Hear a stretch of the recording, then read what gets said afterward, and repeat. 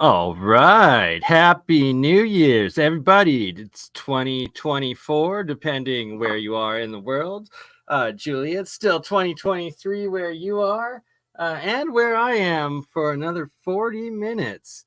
How's it going, sister? Oh, I'm excited. I'm so looking forward to 2024. I'm excited. Right?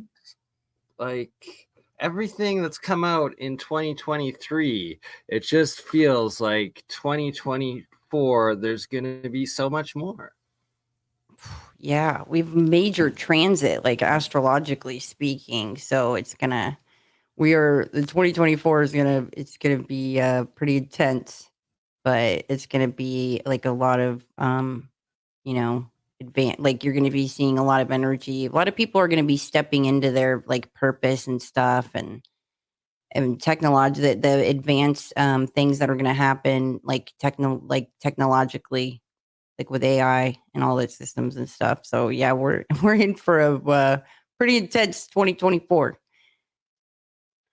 Right, and just exactly that. And speaking of like transitioning energy and galactically and all of that, it's now 2024, and I did not once hear or see in 2023 the sun doing its magnetic pole reversal.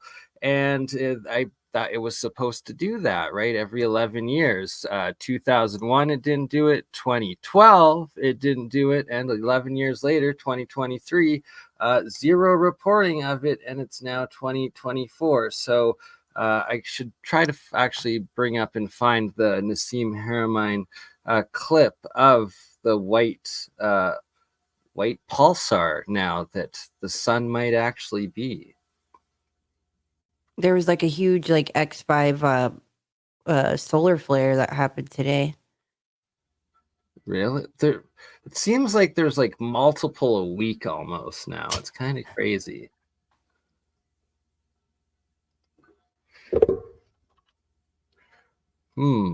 So does that mean we're gonna have like interstellar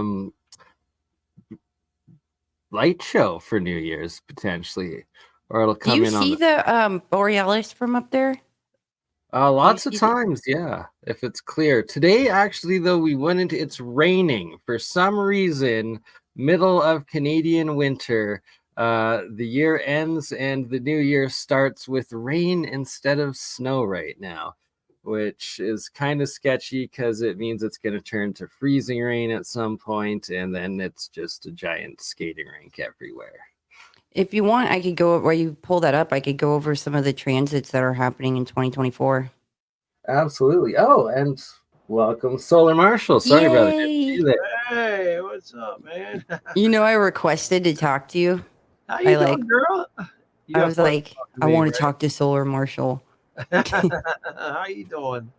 Good. Happy New Year. This is the second time I've celebrated the New Year. I was like waiting for Bernie around midnight, and my time. Yous are still your Pacific time, right, Julia? So Yeah. Mm-hmm. It you will is be midnight. 10:23. It's 10:23. It's 1:23 here. Bernie, you are going on midnight in the next 40, right? Next Yes, 40 minutes. sir. Mountain time. And so your mountain time. They just did Central Time. I was watching Leonard Skinner on the TV. I was like, oh my God, I haven't seen this in a while. That was country mountain. That was country time, or whatever they call it, Central Time. So it's all mixed up. But I've been through a couple. I was on a show earlier and we did England's, which was 5 hours ago or 6 hours ago already. But Oh, don't mind me. wow. You're like, this is my third New Year's. Yeah, I mean, I got my glasses on. I'm all, I'm feeling great. So what's up? That's what he's want to talk. UFOs. What are we talking? I wanted to talk to you about Dan Burrish. Oh my God, Daniel Burrish. I used to talk to him on the phone. Did you know that? Yeah, that's why I wanted to talk to you about it. Of like because of your assessment of it, of like some of the information that he did have, and just that whole. Yeah, I wanted to hear what you had to say. Let me tell you about the interesting thing about Dan Burrish is this, man. This guy. Wow, why is my head crooked? Okay. Isn't it weird when you're but you're mirrored, like the opposite arms are moving? I think Dan they changed Burrish. it. Yeah, I know. I have to go to my settings and do that because this this is really weird. This is my right. It's weird. I hate it when it's like out there because if I go to scratch my face, it looks like I'm on the wrong side. But check this out. Right? You know what I mean? Weird. It's like, well, that's not the right side of my face. It itches. And then it plays this game where it makes the other side of your face itch. But let me tell you a couple stories about Dan Burrish. First of all, back around 2011 or 2012, Dan Burrish told me on the phone, he said, listen, he goes, I'm going to disappear. And that's it after that. I'm like, yeah, okay. I've heard this bullshit before. Sure. Because he had a website, it was called Eagles Disobey. And then he had a website, it was called New Eagles Disobey. Each were forums. I should let you know that. He had a deep following, Dan Burrish did. And it wasn't about you. I'll tell you this. It wasn't about his stuff that supposedly happened at S4 and stuff like that. A lot of it was about he was into something called the Ganesh particle. And he was in the mountains of Nevada and maintained that he found this Ganesh particle. And you can look this up. It's spelled Gnash. This Ganesh particle, if I remember this correctly, it like glowed in the dark. That's why it's very interesting when I see that guy brings those the aliencarvings.com guy. Mm-hmm. You guys Mike. have one, okay? Uh-huh. Yeah, Why is so all that shit glowing in the dark? Okay, well, Dan Burrish saw these crystals like glowing in the dark up in the mountains in Nevada when him and his wife, Marcia McDowell, were hiking. And he went and collected this stuff and started looking at it and stuff. And Dan, by trade, is a biologist. So he knows what he's doing looking under microscopes and stuff like that. He went to SUNY University and he also went to the University, UNLV, the University of Las Vegas at Nevada or whatever, or the University of Nevada at Las Vegas or whatever. So he started studying these Ganesh particles. And what was really weird was he believes there was life being transferred once there was 750 nanometers of light put onto these Ganesh particles. There was stuff like jumping out of them, like life form, whatever you want to call it, jumping out of these Ganesh particles. It was very bizarre. He demonstrated this stuff, and I can actually show it. Let me see something once here. He was literally at Stanford University showing this stuff to the school, and they had him on, and he was there for 2 days showing this stuff. So hang on 1 second It here. reminds me of the luciferase enzyme and the bioluminescence too. Well, once you look at this, you need to take a look at it and think about what you're looking at, because I'll say this much. No matter what somebody thinks of Dan Burrish and his alien stories, these other stories may be real. This Ganesh particle and stuff like that. If someone doesn't believe his ET story, that's fine with me. But the other evidence he shows on camera at Stanford University, because even Jeremy was like, wow, how did he get in there if he faked it? There's all these professors sitting there watching him. Okay. No, there's just some things that he said too that really resonated deeply with me. Oh, okay. Like what? Ask or bring it up, please. I want to. Of what he said when he was talking about when he was talking about when he was taking the samples and when he was talking like biological things of what they were testing on. Oh, you're talking about he's taking the alien samples. Yes. Yeah, what he had to say of his analysis on it. Gosh, there's an interview that he did. It's hard to find. I need to like find it and pull it up and like quote it. It's gotten kind of hard to find. Well, let me ask you something. Can you look right now while I'm looking to see if you can find it? Because you know what's really crazy? I used to have all his stuff saved, and I just pulled what I used to have saved here, and the entire channel's gone. This is what's going on here. Yeah. The entire channel's gone. And he grew up in Lakewood. He grew up, my father grew up in Downey. And I know that Boeing's right there. And then he had that experience at that baseball field that I'm very familiar with. That he said he was UFO there with his grandfather. Yeah. Yep. Yes. Yep, I know all about that. His wife's name is Marcia McDowell. However, like I can't even find it. She has a channel. It's called Dr. Marcia McDowell. It's not. Can we find her and get in find her and? Well, I know you know where they live now. They live in Henderson, Nevada, which is just due south of Las Vegas. So he's still alive? Oh yeah, Dan had Rad. Dan had some heart problems, and with those heart problems, he had a number of surgeries done years back, and that's when he dropped out of coming on YouTube and all that stuff because it was just too much to handle, and he even dropped out of the Eagles Disobey website and all that stuff. Because he could have passed away. He had major heart surgeries a number of times. And again, Dan's a guy that's never even drinking a beer or smoked a cigarette. He just I'm so happy to hear he's alive, though. Oh yeah, he's alive. But the weird thing is, back around 2012 or so, he just completely disappeared. Let me type his name in instead of his wife's name. Yeah, and if you can bring something up on screen, I can let you share it. Just I'm having issues with my computer and internet lately. Just nothing but headaches. But Julia, I can't believe the amount of stuff that's disappeared on Dan. I'm looking now. I'm shocked. Where is everything at? Seriously. Wait, you gotta what do you gotta go through Onion? Well, yeah, you know what, there's a Wayback Machine for YouTube. Do you know what the Wayback Machine is for YouTube, Bernie? I do not. Jeremy does. Oh, here's a video with Dan. There's one. I like the one where he's not in a hotel. It's like a gold kind of background. That's the one I really want to re-find. Okay. It's a man talking to him. It looks maybe like he's at a conference or at a hotel at a conference.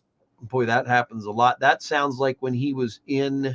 But it wasn't Carrie Cassidy. It wasn't the one with Carrie Cassidy. Okay, he's been. I used to have all his stuff memorized, where he was at, where they were, and this and that. I literally pulled up a folder I had, and here we go. Look at this, Crane Ministries. Because here's only one video. Wow. Yeah, let's play it. His name also is Dr. Dan Crane. It's Dan Burrish, Dan Crane. You got to understand his name changed. It's an interesting story. He had gotten married before. Okay, I found Dr. Marcia McDowell's channel. We're on to something. Was she related to MJ, the guy that worked the guy that was a part of Majestic? Was she related to him? Yeah. She claims so. She claims that's how they met. Now, when you say there was something gold in the background, I have a feeling you're talking about this right here. Bernie, I'm going to take Bernie. What I'm going to do is I'm going to take this. I think you think Marcia is a guy. Hang on, because her hair is real. You can play it or share screen, present, and play off your computer. Just click the video, Bernie. It's easier if you click on it because I have a feeling it might be the right one. I'm having issues with what you the heck? Click it. Click on that, Julian. Tell me if that's the right video. I'll try, but I might crash. Okay, no, it's not that one. It's like lighting, like he in the background, but okay. I thought you said a goldish background because that would be. It's like closer up, but this one's probably good. Here's something interesting. Here is his channel, his wife's channel, and there's a bunch of videos on here. So I'm going to post that for you to save. Save this. Okay. And I'm going to resave it because the fact is I typed it in and it didn't show up, which means they're shadow banned. They did get political at one point years back, way before the Trump stuff and everything. Although I see some stuff about Trump on here. Which is a good point to everyone. Like whatever, from what I understand, if you want to save something, like get the links and put them like in a safekeeping, like a file and having the actual links. Like there's things that you think it's not popping up and searching, but if you have the actual link, you can still access it. Yep. And that's what I do. And guess what? I'm sorry. I found the Caltech stuff. There's two videos of it. One's only 8 minutes. The other one's only 8 minutes. But guess what? It shows. I'm sorry. I said, what school did I say? I didn't say Caltech. I said UNLV. Stanford. I said Stanford. I said he played. No, this is where he gave a speech at. Here he is at Caltech. I'm going to send this to you because he doesn't talk about the aliens on here, but this is when he talks about this, where he thinks he found the beginning of life, which is that Ganesh particle thing. Hang on a minute. Here's part 1. And then part 2, you want to save this stuff. Okay, I'm going to try to play it. Hopefully it works and my computer doesn't crash. Yeah. Wait, do you want me to play it? Yeah, if you don't mind, I'm having. Yeah, and then I can keep searching. I can keep searching for stuff on here for what. Okay, which one should I play first? The I know top one. I know exactly what she's Second searching. one, I think. So I go to present, Yes, ma'am. and then I go to share screen Yeah, it should give you a for video file. Here's the part 2. Here's the part 2 of them being at Caltech. Hang on a second. Let me turn my screen off because it's blinding me. Okay. All right. So I'm going to be share. You hit share screen, and then it should give you options of like the browser tab that you have it open in. Okay. Oh, here's Dan at Caltech part 3. Okay, so we do have 3 parts. This is great that I even found this, because let me say something. He has been wiped from YouTube. Well, we're going to bring him back today. Well, there's been so many people that posted his stuff that when you go to the YouTube Wayback Machine, Jeremy knows how to find that crap. I'll be able to find everything I'm looking for, because she wants to know about she wants the good stuff where he dissected the aliens and stuff like that. And I'm into that too. There's so many interviews. No, but I liked what he had to say about the what he found and a few other things. Do you want to tell me what it was?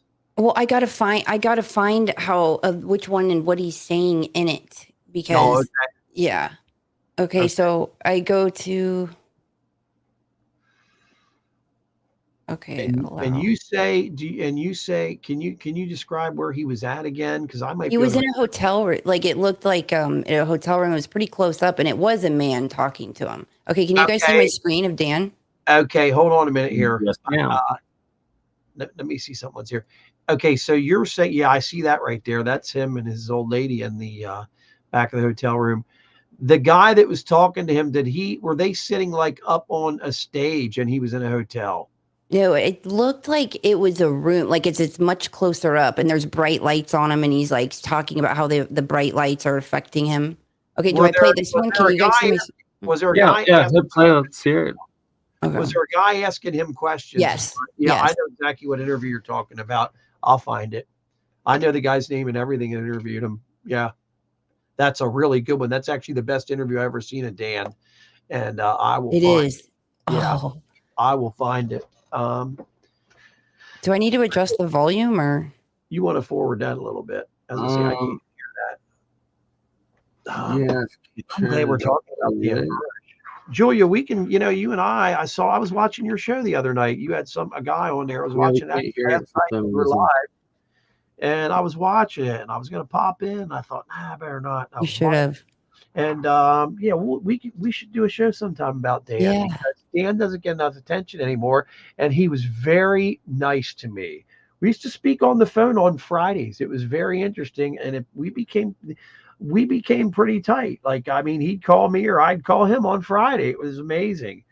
And he was very nice to me. And I used to get pissed off if people would say anything about him, because there was no harm in the guy. He was very cool. And I would love to talk about Dan and love to go back over that stuff. My thing is, I wonder if we can get a hold of him. Yeah. Oh my God, I would love that. Because he's in Henderson, but like I said, those surgeries he had, Julia, we're talking 8 years ago, probably already, 2016-ish or so, 2015, 2016. I know he had a series of 2 or 3 of them that were very serious, because he had a major heart problem. His heart damn near went. I mean, and I felt bad. I was like, wow. And the last time I had talked to him, his daughter had disappeared, and I felt so bad for him. And then he had said he was going in and having surgery, and then I just hadn't spoke to him after that. And then I saw pictures of him. He had lost like 50 pounds. He had looked like he aged 20 years. And he had gotten off the internet because the internet was really bringing him down. And he had started something called Crane Ministries, which was interesting. I saw a video earlier. It said Crane Ministries, but it was from 2017. So I will find him, and that'll be amazing if we're responsible for bringing Dan back out. People want to hear the story about the aliens in S4. I do. I want to hear it again. It's me too. For some reason, it wasn't playing the volume, Julia, so it loaded on mine. I'll try playing here for a minute. I'm the worst at this kind of stuff. I was gonna say, you can forward it. You might want to forward it a bit. just to hear what's being said there because there we go. Turn it up.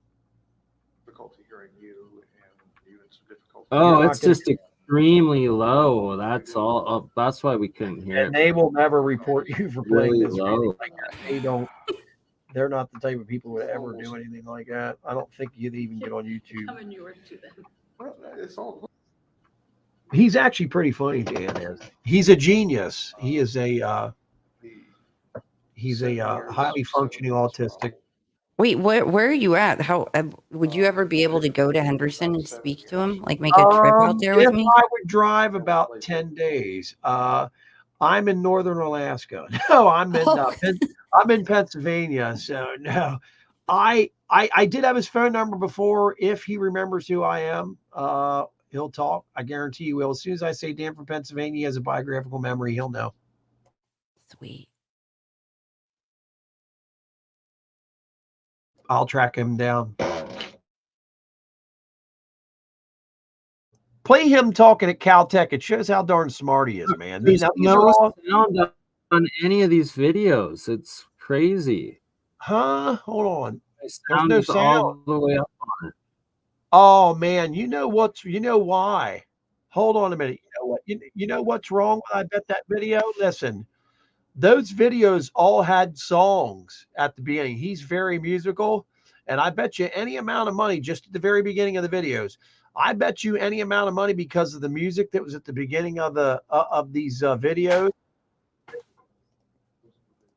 Well, that I'm they like got rid of the halfway sound. through uh one of the conversation ones, and it's like it's just so low you can't hear it. Okay, hold on a minute here. Here's one with This one. alien talk. Let's do this one. Hold on a minute here. Let's share this one because I don't think you're going to get any sound out of that. I'm going to have to Shout out find that to other Happy. means. Here's one where he talks about ETs and stuff, I think. So let me send that one to the StreamYard. Paste it right there, Bernie. That's off his wife's page. So if you can check that. Oh, you'll like this stuff, Bernie. It gets really interesting. There's no doubt about it. She Oh knows. She's yeah, look I at the love smile that. on Julia's face. She's into it.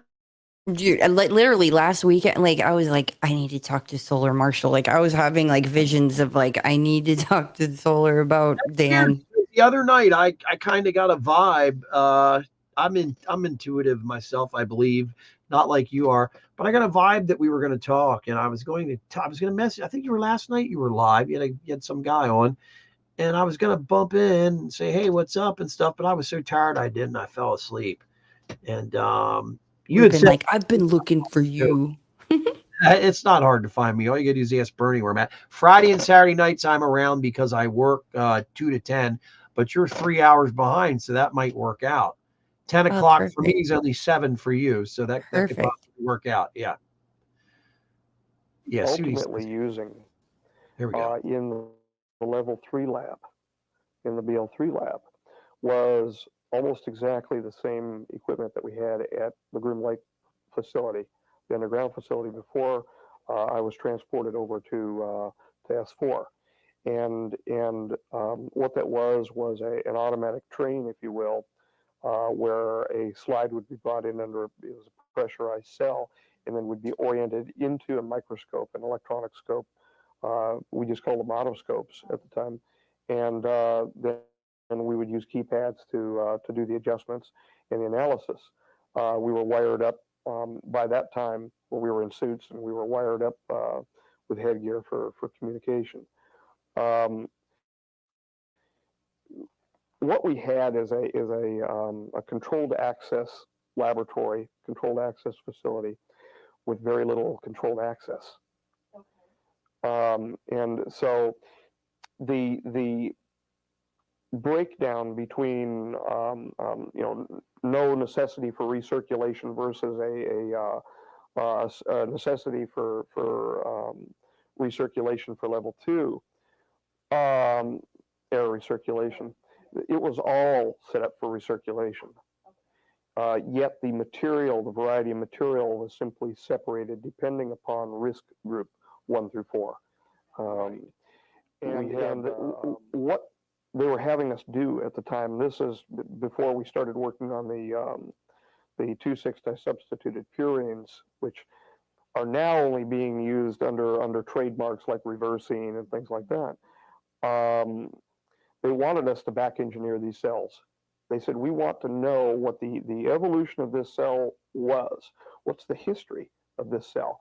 And at the time, even up into 1994, there was extreme frustration.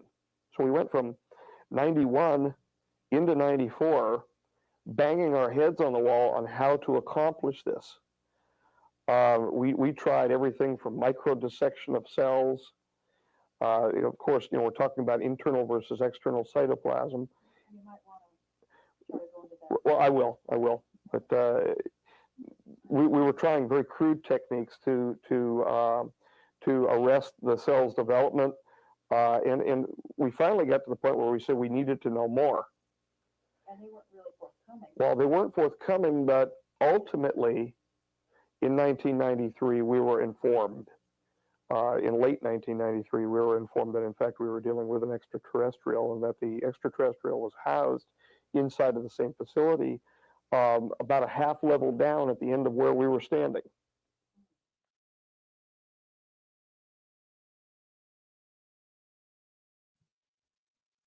Yeah, Dan. I am Yeah. I am on the way back. Go to the Wayback Machine. Should we tell people? Should we kind of paraphrase of like what he said happened to him? Like he was doing tissue samples on this extraterrestrial. Sure. And What he was he named saying him there? I missed that one because I had my I was listening to something else. Go ahead. but giving people an overview of what his one story was about how he named him J Rod, and he would go and have to do these tissue samples on this extraterrestrial, and who told him that he was from thousands of years in the future, right? 25,000 years. 25. Yeah. Okay, 25,000 years in the future. And they got this bond, and he wasn't supposed to be like talking to him, but they're telepathically speaking, and that he would have to do tissue samples, right? Like, Right. and he had several different types of J rods. He had two P25 and I think P. Yeah, go ahead. you broke up for a second, a little bit. Okay. And then they bonded, and like it's this amazing story. It's just the most amazing story. And that then they went to, huh? They're in a clean sphere. Yep. Yes, because they had to be in a a clean environment, and he's basically in like a hazmat suit type thing. And it was at S4, like a few stories down, but that then they went over to Iraq, and there was a Stargate that was opening I believe he said at the end of 2003, right? Or going into 2004. And it was and once that closed, it closed. And like he pushed this entrapment, like this guy's basically on a scooter. Yep. This extraterrestrial's like on this scooter, like a Segway. It sounded like a Segway. Right? Huh? Didn't he push it through? Yes. And that he pushed it, and they drew the guns, but they couldn't shoot, but that they pulled out their guns, and that he pushed them through the portal, through the Stargate. It's the most amazing story. Like, you have to hear it. It is. You got to hear the whole story. Okay, we got to find the story. And So I'm so chapped. Video playing right now doesn't have. I'm on the Wayback Machine right now. So I guarantee you he knows my family too. Like, if you just said my last name, I guarantee you he knows my family, because like everyone around that area does, because of the bakery. The bakery got so big, and my last name is the name of the bakery. Yeah, he grew up there. We have to find him. Solar. Yeah, we do. That's a mission for 2024. So I was just, I wanted to give like a synopsis of this story. The Wayback Machine, using that to find YouTube videos. I just found what I'm looking for on here. So give me a few minutes here. I may be able to find this. Perfect. Yeah, you can talk. Let me mute myself here. This is some interesting video he's showing of like quartz and light or something at Caltech. a presentation by him, but That's for some that's reason the the system Ganache doesn't particle. work. That's the particle that he believes is the stem of life. It's an incredible story, dude. And it has to do with these rocks that were glowing. Interesting that it's called Ganache too. Yeah, Crazy. he named Like it that. Ganesha. He named it. Yep, Gnash. He named it. It's pretty interesting stuff. Like, why won't they let the sound work? Man, I so want to hear what's being said. My countdown is 10 minutes. My goodness. It's because I will the be stuff right back. old, and they came in there because he had music playing in the background. I remember that. And who knows when they did that? But let me look. Well, I could I go. just have to make a phone call, so I will be Yeah, back I mean, I momentarily. could go for the astrological forecast, guys, for 2024. We have Saturn. That's Saturn in Pisces. Saturn's going to briefly transit through Pisces before returning to Aquarius. So that transit can bring like a sense of spiritual growth, introspection, and focus on like emotional healing. Saturn in Aquarius is happening. That can bring a sense of responsibility and discipline to like your goals and societal structures. And the lunar nodes in Taurus. Wait. But the big thing is that Pluto is transiting through Aquarius. Pluto's gonna pummel us. Like it's gonna level, like it's here to like destroy like things that aren't working, like government wise. Like people are gonna be like revolting, like they've had it of like being pushed around. Like Pluto No, might be, huh? is that true? I heard stuff about that. Just Pluto's going in Aquarius. That's huge because like that's like huge power dynamics. Like it kind of Pluto destroys. Like it comes in and just levels things out. Like Right. it's super transformative. So societal structures, power dynamics, like collective consciousness, like what's not working. Like oh yeah, you believe this. Like Pluto comes in and like just puts an end to all that, like destroys what's not working, which is painful at first, but knowing like in order to rebuild, like we got to destroy what's not working. So knowing like as painful as that process is when things that no longer serve you is being vacuumed up or burned from your life, like knowing it'll get, it's for the greater good. But bringing like the fact that Pluto's going in Aquarius and uh, Aquarius rules like technology and so AI, like the quick advancements in technology, like it's going to be rapid growth for technology. We're going to be seeing huge advanced stuff surfacing 2024. So yeah, it's about to get interesting. So did you find that Solar? Yeah, I'm doing the filters. So hang on here. This is not easy.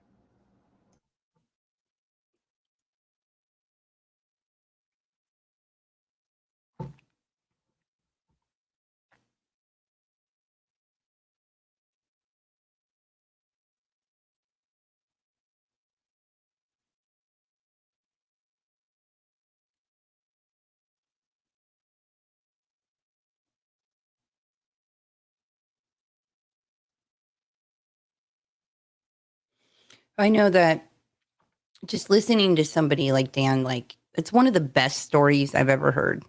And you don't hear too often about anybody saying I that used to they play it had over and over again. Go ahead. I haven't there's something about like what he's saying that resonates. Like when I was here, I heard you speaking about how he was a a probation officer or parole officer. Yeah, he was. And And about and it for a while. and there were certain things that were like that he said that didn't check out, and I like didn't even get because he things that he said just resonated so deeply. Yeah. Um, hang on. And and Hang two on. of him talking about, remember he was talking about like how he saw a gray. He was somewhere, I think he was in the desert, and he was in like an apartment complex, and a gray was walking, and he's like, yeah, they walk like they just like they crap their pants. Oh yeah, he did. But from what I Talking from about the what I way understand, God- these grays are like clones. They're like cloned to go and do work. Except So they when love strawberry ice cream. Yeah, that's one of the things that they're like robotic clones and all this stuff. But I don't think that Dan ever.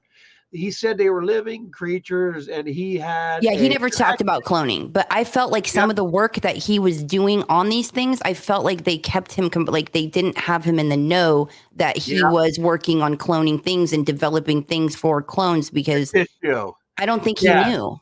he was heartbroken at the treatment of the J Rod, and he wanted the J Rod out of there, and the J Rod wanted to go home. The J Rod's an Orion, and it's from there. I said there's P52s and P45s. A P45 is 45,000 years from the future. A P52 is 52,000 years from the future. Now, with that said, I believe J Rod was a P52. Now, there's several different timelines that go different ways, and that's why you got the 45s and the 52s. It's very hard to explain. And Um, he always said too that in 20 that the looking glass technology you yep, cannot see past 2016. that's right. You can't place it. And the whole thing with it, what's interesting was you knew about what happened over in Iraq. He claimed that's one of the reasons we invaded Iraq was because of that. They And had the Stargates. Yeah. there And was that's what more was than one. There was like four. And that one there, he pushed the J Rod. He Kaela was the name of the J Rod. He named mhm. it. Remember? Mhm. And And he talked about his wife, right? yeah, And his children and yes, he had a wife prior to Marcia, and believe it or not, he met her when he was a parole officer, and it's a very interesting story. I was talking about that. And, I was talking about J-Rod. He talked about his wife. oh, I'm sorry, I was going to say why did you care about Dan Bursch's wife? But his story about the ET, they developed a relationship, and Dan could be at home, and there's Deborah, his ex-wife. Her face got burned, Oh, and that's that was right. when the microscope blew up from the Ganache particle. But at any rate, Dan could feel his pain. In other words, Mhm. when they would prick the alien with a needle, he felt it. That's when he realized that they had become somewhat psychic brothers, if you want to call it that. And what he felt was the loneliness that this J Rod felt. And he knew that the J Rod wanted to go home. And anybody that was homesick could feel the same way. And he got him out of there to this freaking Stargate and pushed him through, just like you said, just like ET, pretty much. Mhm. I think he was on a bicycle, right? Yeah, It or was something. it was what do you call it? It was A like cart. it sounded A like a scooter, you were Segway. saying. Like, you know those Segways, you stand on it, you can lean Yeah, forward, you can do Segway that's tours. The way he described it, it was like he was on like a Segway type cart type scooter thing, but it was like yeah. enclosed, kind of like it sounded like the Pope, It like was, a it Pope was something mobile. so he didn't have to walk because I know he was having trouble and stuff. He was very fragile. The story is so interesting. You got to remember, I've not even thought about this This is story in 10 years. fascinating. Okay, but you know what what I've thought about too, Solar, is that Samus Wanagich in What's it? his I have a couple people that are like, don't ever say his name. I'm so tired of you talking about Samus Wanagich. And I was like, I just said it. But in I don't his even know who book, that is. Sam okay, well, Asami? in Samus Wanagich's book, there's The these Bosnian runes. pyramids. There's these Okay. runes that are on the wall beneath the pyramid, and Okay. these symbols. And this one woman had it translated, and it's runic. And what it says Oh, is, okay, listen. So so she was very excited and amazed at the translation. This is from the symbols thorn. Um, hold on, Thorn's mhm. work. She could not find Lean and Blum's book. Okay. This is what it says. When they translated it, it says the gateway is closed. We are at a standstill. We will have to act as warriors to defend and conquer until we can move again through the Stargate. That's what it was translated. So when you That think of that, sounds this is so Stargate SG-1. this That's is just beneath the great. Bosnian pyramid that's been translated. Who knows when it was written? But then you hear of this Stargate that Dan Burrish, like who, you know, I don't know of anybody else that's talked about. That you can, you know, that they have this type of credentials, you know, Yeah. that to. So it's so important. We got to find him and talk to Well, him. here's the thing. He talked about it. It's he has another last name too, Crane, Crain. You can search that name too. He talked about this stuff long time ago. The fact of the matter is he hasn't been on the internet since 2014 or 15 or so. So, and he wasn't talking about that at the time. What we need to do here, Bernie, is and Julia, is listen. You need to be able to go to the Wayback Machine and figure out how to search YouTube videos on now. Now, Jeremy knows how to do that. I just did it and pulled up some stuff. It says I found eight new videos, right? Now, when I click on that, okay, there is some Dan Burrish stuff. Okay, now eight sounds promising, but there used to be 800. Okay, it's got me a little worried. Should be able to find that stuff. MJ12 is another thing that pops up when it comes to Dan. There's MJ12, all kind of stuff. Oh, I bet on Rumble. I bet you there's something on Rumble. I haven't even checked Rumble. Oh, you know where else we could look at? What is the video site? I believe it begins with a V. It's Vimeo. Vimeo used to have all kinds of Dan Burrish stuff. Hang on here. Yes, Vimeo is a actual like treasure Old trove UFO. for sure. My Yeah. apologies. I might have accidentally just deleted KB's comments. It's so annoying trying to run live stream, and then when you go on your cell phone, and it just deletes people all the time by accident. And my apologies if I deleted your comments and it wasn't you deleting your own comments. Anywho, So what is ClickUp? It's BURISCH. Yeah. The guy in the chat, rough stock. What happened to Vimeo, dude? What? Okay. Oh, here we are. I was gonna say that's not what I'm looking for. Okay, here. Hold on. Okay, let me see if I can find Dan on here.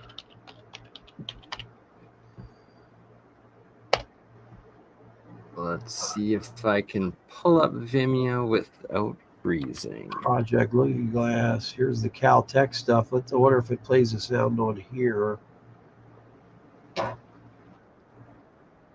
Oh yeah, there. She's talking plenty loud on here with the Caltech stuff, at least on Vimeo.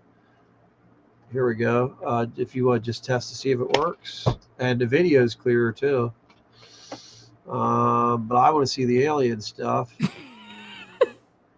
You know what I mean? Looking Glass. We all do. Part 2. Here's Project Looking Glass again. Oh, here he is talking. And this is very short, but here's something that's interesting. Man, I've got a cold still. I can't believe this is my 3rd week. Oh yeah, I can hear the sound I had now. COVID, remember? Yeah. Yeah. I gotta go back to work in a couple doing? days. Dude, I'm lousy. I'm not gonna lie. I didn't go anywhere. I'm just lousy, dude. I'm Well, pretty shocked that I didn't stay in bed. What's that? sending you energy and healing for Please. 2024 to overcome this new round of whatever COVID's actually Just out of nowhere, my head got all stuffed up. Now, hey, that last video I just sent you that ends in 460, pull that up and share that. That's Dan, and that's him talking about Project Looking Glass for about 4 minutes. And it's a nice video. None of the school stuff is, all the school stuff has the, let me see, Caltech. That's all there due to the fact that, oh, see, there's the music he deleted it for on YouTube. The position of the rings, their orientation, the energy running through them, position of the barrel, etc. Because you can raise the barrel up on an armature inside the center of it. All come into play as if you have an onion with the various layers of the onion. As you move through the different energy levels, you also move through the different layers, so you get different bits of information. Now imagine an almost infinite number of layers overlain in comparison to the positions of the rings, and an almost infinite amount of energy that you can add or subtract, tuning it up, tuning it down.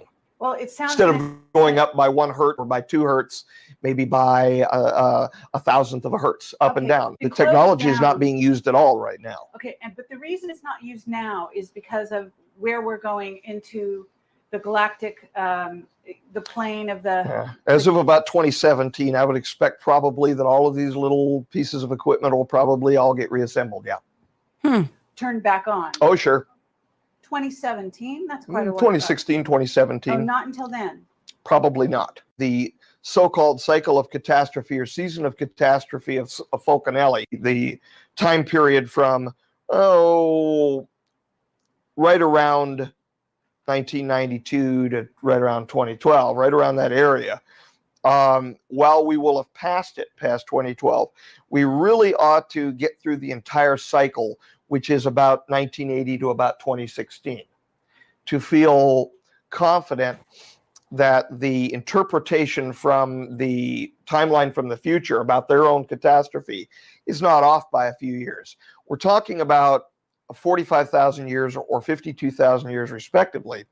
We have difficulty understanding what happened 2,000 years ago. And we're talking about 50,000 years here. So it's very wise for them to wait. The looking glasses are now decommissioned, but also the Stargate technology. Yeah, they're decommissioned, and the Stargates and the looking glasses, I'm sure they're all in their little mothballed containers and all of that. And they have been separated. The 3 components of each have been separated and moved to different power structures, diplomatic and military authorities in the world. And we're talking about the EU specifically, the UN and NATO. Those are in specific control of one of the 3 components each. Okay, so basically what I gathered from this is that there's a floor in one of the facilities in Area 51 called Alice's Floor, and that it has a stuffed white rabbit permanently mounted above the entrance to the Project Looking Glass room. On the floor in Area 51 exists a jump room, which utilizes an Einstein-Rosen bridge, a Stargate, and a looking glass device. And he also spoke of a yellow cube, which was given to us by the Orions, which seems to work also like the looking glass, and that it shows future probable timelines. This floor is the second level of Building 4, or Level 4-2, which I find particularly interesting because famously in the 1979 novel A Hitchhiker's Guide to the Galaxy, at the end, spoiler alert, the answer to life, universe, and everything around it stated to be 42. Obviously, it's a joke, nonsensical, simplistic answer to the most complex question in the history of time. But yet, here's supposedly a floor in Area 51 that has figured out how to allow people to. Oh my God, I love this. I love this. You know what's interesting is at Sacramento Airport, I was coming down and there was a huge, enormous red rabbit, like 3 stories high. And I thought of Dan Burnish, the big rabbit there. Yeah, because he has that on his stuff, on his pages. Well, he talked about how it's there, like the rabbit. Yep. Yeah, he's into... I really don't understand. You go to the Wayback Machine, right? Click on YouTube. What's the Wayback Machine? That's to search stuff that's been deleted from YouTube. Even if something's deleted, it's there. It's there. I can bring back my whole deleted channel. I put the Rumble. I put the Rumble link for what I found on Rumble in the chat. I mean, me and Jeremy have been using this for a long time, and I seen him use it the other day when we were all online. He found something right away.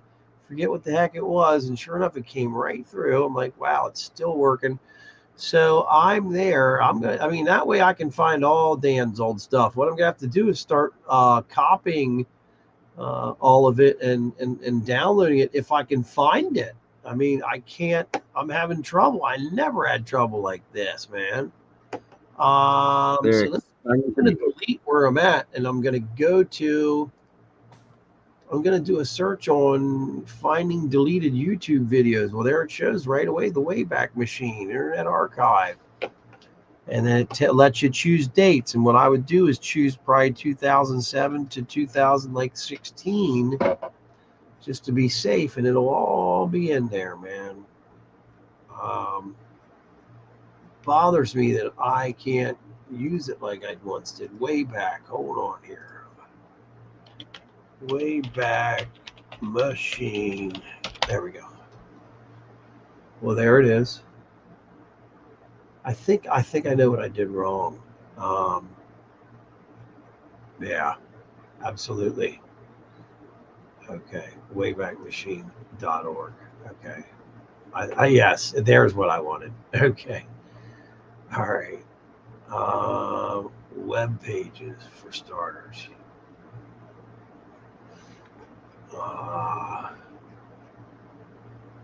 Yeah, I can't believe that all Dan stuff's going from YouTube. There used to be an incredible amount of stuff on Dan, and it's all gone. It's all That's gone. usually a sign that there's some truth to it when it gets expunged. Oh, absolutely. Yeah, it's all gone, and I just am like, you got to be kidding me. I mean, I feel like there's definitely a jump room in El Segundo. Like I sense it. And then, you know, Darkstar had worked with at a private defense contracting place, and his coworker, they were working on drones and like underwater drones. And anyways, he said he worked on a jump room in El Segundo that Raytheon had. And he's like, hell yeah, that exists. Have you ever? Okay, the jump rooms are really interesting. There used to be a jump room that supposedly took you 30 floors below Area 51. The one jump room, there were several of them. A lot of them were located in colleges. Have you ever heard of the? Oh man, what is his name? It's been Andrew a while. Basiago? Yes. The attorney. He's the main jump room guy. What do you think of him? Dude, he's one of the him and Osmanagich were supposed to be speaking at this conference, and so I was like, oh my god. So when it was like, hey, do you want to speak there? I was like, absolutely. I was geeking out because I wanted to meet Osmanagich and Basiago because everything Basiago said, it really, hit. They say when people speak truth, you hear it in the voice. Like it's not even necessary. Right. Sometimes he doesn't what they're seem saying, like he's lying to me there's either. Certain voice, like literally, the DNA hears the sound and the sound resonates. Like it literally hit. Like you resonate with it on a DNA level. Yeah. And so, and when Basiago spoke and Osmanagich, like it hit hard. So I was like, I gotta. I want to hear more, but and that's the thing. And I've talked about this before on BurnEye show and stuff where all these different people, it's getting harder and harder to find it. But these testimonials of these people that are like, look, their parents was part of a project and they have to, it seems to because I'm seeing this pattern where there's someone in a project, a military project. And in order to access these jump rooms or these portals or these wormholes, they have to hold the hand of a child, and the child. They're all young when they start out. And so using it is a key, So Andrew Basiago, him coming out. His dark materials, literally, they're using the children to get the dust to open the portals between worlds. CERN actually had an ad. Okay, stay with me. CERN had an ad a long time. You could pull it up. You could probably find it. It was like a commercial, and it was like almost like a freaking 1990s like cartoon style, like the way that the commercial was, and it is a school bus of children. And like the school bus is like falls. It's really, you're like, what? But I thought about it. Like if you traumatize kids to do a certain thing, if you get to a certain level where say the wormholes are closed, like in Osmanagich's thing, where it's like the stargates are closed, like and things got shut off and a lot of beings were trapped here and closed. They can no longer jump and live freely and manipulate, and do what they used to do recklessly or whatever. And so utilizing traumatizing children is a place and time that opens up a portal to use that trauma to ignite like a place and time to jump to through that emotion. You could probably do it through love as well, but how you can't get a kid to fall in love with you. You know what I mean? Like, or just getting anybody to fall in love with you. So Right. like igniting of that being, I don't know if this is coming across right. I understand what you're trying to get at. It's very difficult. Oh, definitely. But the 100%. wormhole, the fact that he was in Long Island and he has held his father's hand, and then they came Chicago. up out of underneath a courthouse in New Mexico. So Yes. this could be. So I feel like there's wormholes, yes, there's stargates, but there's also like a way of traveling where the way inner Earth is.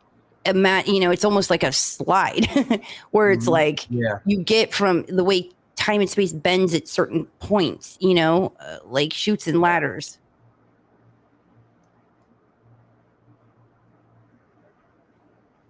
Wow, I found this thing explaining how to use the Wayback Machine Internet Archive on YouTube, believe it or not. Amazing. And it's 21 minutes. Oh my Oh God. dear. What have I been loading? I've found a few things that I've Oh, been did you? Well, I'm looking gonna send this for. to. I'm gonna put this in the thing so both of these can take a look at this and see if we can come up with how to use this a little bit quicker, because I want to see some Dan Burnish action now. There it is Right. down there. You guys have beyond piqued my interest. Oh, this I is want to great get stuff. You have no me idea. some room action. I just can't believe that his stuff is not out there anymore, because I used to watch it all the time. It's just nuts. I never thought it would be gone, I guess. How stupid of me. They've expunged anything worthwhile. I will go to Henderson. Like, honestly, you get a hold of him, I will drop everything and I drive bet out he there. still lives in the condos he was at before. I bet you. He's the type of guy that'll stay there forever. Him and Marcia live in these condos Okay, now. so Marcia is older than him, and they're not spring chickens anymore. I'm just sitting there trying to think. She would be 70-ish, and Dan would be. I need to send out like a telepathic, like I need to do a deep meditation of like putting that out. Well, Of, that's like, what I mean. Do that, because they're both him mostly. He's obviously psychic and all that stuff, because he communicated with the J Rod through his eyeballs. Remember that J Rod and him never physically spoke. It was through the eyes. You know what I mean? Well, that's yeah, what I that's talk about amazing. too, of how like there's photons that are emitted through the eyes. Like, Yep. Remember the first time that Dan Burch had fallen down, and the J Rod had fell on top of him and put his hands on his shoulders and looked at him and just sent an incredible amount of information into Dan's eyes. Yeah, he did, when they fell in the clean sphere. Clean sphere was a level 5. It was a level 5. What do you call that laboratory? As far as like biological laboratory and stuff like that. No disease could ever get out of it and stuff like that. Because they didn't know what they were dealing. Yeah, they didn't know what they were dealing with an extraterrestrial and stuff like that. They just didn't know, because even though the J Rod had been there, and I think he may have been from the. Don't quote me on this. I'm trying to think of what. Yeah, I think he came from the Azteca crash in '49. He had been there that long. He had been here that long and couldn't leave because they had no way of getting him back. And he had been here for quite a long time. That ET. Imagine how homesick he was. And Dan got him out of here. All right, so I'm gonna play this clip right here. It's this video. It's 11 years old on this YouTube channel. All his stuff's going to be at least that old, 10 or 11. Okay, what do you got? This is Nassim Haramein and Klaus Donna coming forward with pretty much identical artifacts to what Mike at Alien Carvings has. Oh, let's see this. I'm interested in that too. Because jemals that is, gehört I habe, don't, war I von just, all Röhring, that stuff that dem guy russischen found Forscher, has der gesagt incredible. hat, wer seine Vergangenheit nicht kennt, kann über seine Zukunft nicht It's gonna be sprechen. worth a Und fortune viele too. dieser I wanna Objekte track sollten down wir the sehr original viel location. genauer anschauen.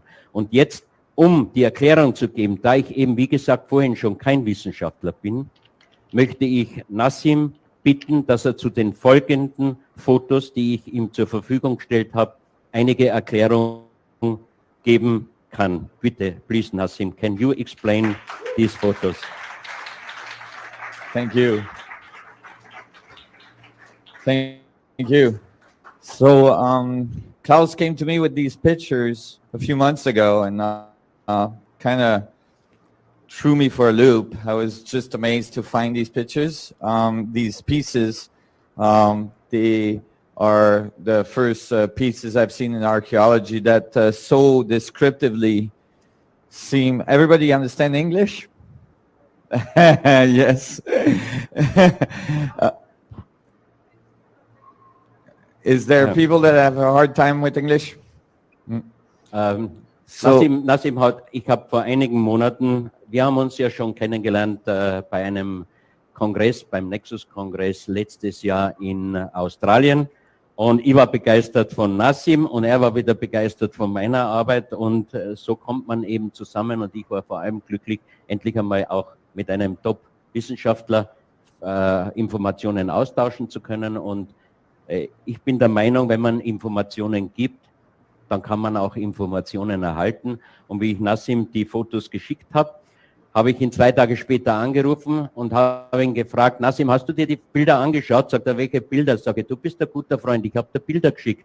Habe ich gesagt, schau einmal nach. Dann hat er gesagt, ja, wait a minute, hat nachgeschaut. Dann hat er 3 Minuten nur mehr gesagt, oh my God. Oh my God.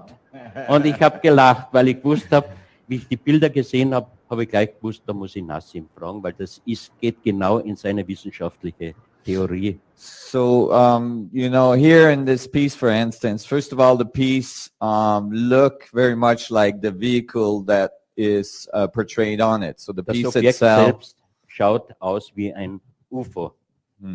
and the object is obviously arriving in the solar system. We see planets around it. The sun here, it's flaring quite strongly. Das Objekt, das man hier sieht, was könnte ein UFO sein, kommt in das Sonnensystem und man sieht die Sonneneruptionen, man sieht die Planeten im Umfeld. And, you know, this is very, very distinct physics that we know of. This is very much a description of what we call a wormhole in physics, which is a consequence of Einstein field equations. Was man hier rechts sieht, ist eine wissenschaftlich bewiesene Sache, ist ein Wurmloch und geht in die Einstein, in what? Field equations? Field equations? In die Einstein-Feld. Okay. Yes, and that was first worked out by John Wheeler. And you know, what's really remarkable here, first of all, you know, these pieces, usually in many of the pieces that Klaus and I have been looking at for some 20 years or 25 years, you know, there's a certain amount of interpretation that has to be done, a certain amount of decoding. In den letzten Jahren bei Objekten von mir, bei Objekten, die Nassim recherchiert hat, wird viel hineininterpretiert.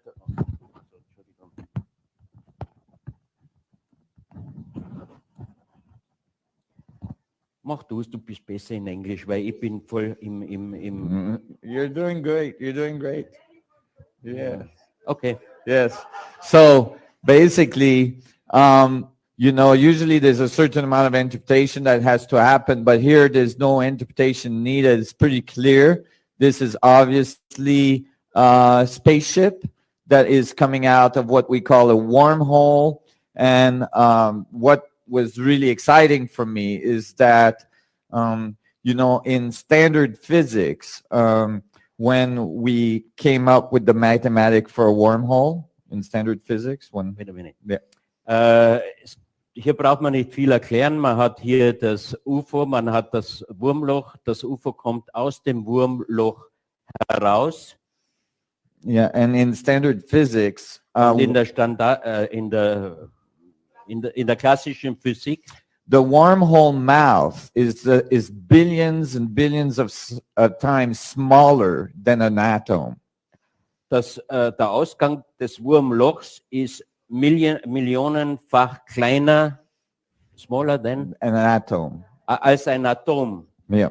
And so it's conceptually impossible to travel through wormholes. Darum sagt die Wissenschaft, ist es unmöglich, durch ein Wurmloch zu reisen. But there is one possibility, and that is that spin at high velocity can open the mouth of a wormhole. Ja, jetzt gehst du aber her. Come on. Weil, yes, Ja, ich kann nicht so gut. Weil bei der Wissenschaft lacht es bei mir aus. Timo. Ja, So there's a possibility. ja, durch die Drehung öffnet sich das. Durch die Drehung öffnet sich das Wurmloch, wird größer. But that possibility is only possible in the physics of spin in Einstein field equation, which is something I put in to Einstein field equation. Thank you. Es ist nur möglich über diese einsteinische Feldgleichung. Ne? Yes, please, come on. Very nice. Super. We know each other, no problem. Thank you. Okay, also durch die, okay, dadurch, dass Nassim halt den Spin reingebracht hat in diese einsteinischen Feldgleichungen, ist es möglich, dass sich das halt öffnet. Entschuldigung. Hat das jetzt jeder verstanden oder soll ich es nochmal wiederholen? Okay. Okay. And so basically here you can see that the wormhole is spinning and that is opening a mouth for the spaceship to come out. Man kann halt sehen, dass an der einen Seite das Wurmloch klein ist und sich immer weiter erweitert und dann im Endeffekt das UFO rauskommen kann. You want to go to the next? Ja. So here we have an even more amazing piece. And you know, you are all some of the first ones to That's see these. exactly like that, guys. Also noch ein beeindruckendes Bild und wir Exactly like sind Mike. der Ersten, die das sehen. Where'd you find Yes. this at, Vern? And you can see again, we have a solar system. Here is a planet with an atmosphere. Das Sonnensystem und der Ring, den er da gezeigt hat, ist ein Planet mit einer Atmosphäre. And this planet with an atmosphere must be the Earth. We can assume it's the Earth, but it's definitely a planet with an atmosphere. There's a ship here and a ship here. Ja, wir nehmen an, dass es die Erde ist, weil es eine Atmosphäre hat und man sieht dann halt diese Schiffe, die Richtung Erde, weil wir es annehmen gehen. And there's a nice little blow up of what's inside the dome of the ship. Ja, wie so eine Explosionszeichnung, also das, was innen drin ist, zeigt dann da oben halt In case you're confused about what it is. And this is as well, you can see the steps here, typical of, pyramidal step pyramids. Ja, man sieht da halt diese Streifen, das sieht aus wie eine Treppe und das erinnert eben an diese Stufenpyramiden, die man überall findet. And here we can see that this ship is following a comet that is coming at the Earth. Da kann man annehmen, dass das UFO im Prinzip einem Kometen folgt, der auf die Erde zusteuert. Or at least at the planet that's here. And you can see that this UFO, right, which you can see is moving at high velocity, is doing something to push the comet. Also wenn man sich das UFO im Endeffekt anguckt, dann kann man annehmen, dass diese Streifen von unten eine Bewegung mit einer hohen Geschwindigkeit ist und dass es eine Interaktion zwischen dem Kometen und dem UFO gibt. So this could be a representation of an event either in our past or in our future. Ja, im Endeffekt muss man annehmen, dass es eine Repräsentation ist von irgendeinem Event, das entweder in der Vergangenheit gelegen hat oder in der Zukunft. Hey, Julia, check the video. I'm getting ready to drop in the chat over here on the right. And, Okay. Okay. Okay. So a very interesting piece as well. May I say here something? Yes. Oh, you have a mic. Ja, sorry. Von dieser Darstellung gibt es einige gravierte Steine, wo man einen Dude, that's it. You found it. Raumfahrer, Holy könnte man moly. sagen, Wow. wo man den I sieht. love you. Und Thank you. You're the wie ich best. die ersten Bilder angeschaut habe und it's really mehrere clear. dieser Very Darstellungen nice. gesehen habe, habe ich I'm gonna gesagt, find more. Gott sei Dank hält der die linke Hand hoch, weil wenn er die rechte hochhalten würde, dann hätte er ein Problem mit Wiederbetätigung in Wien, wenn ich die Stücke in die Ausstellung bringe.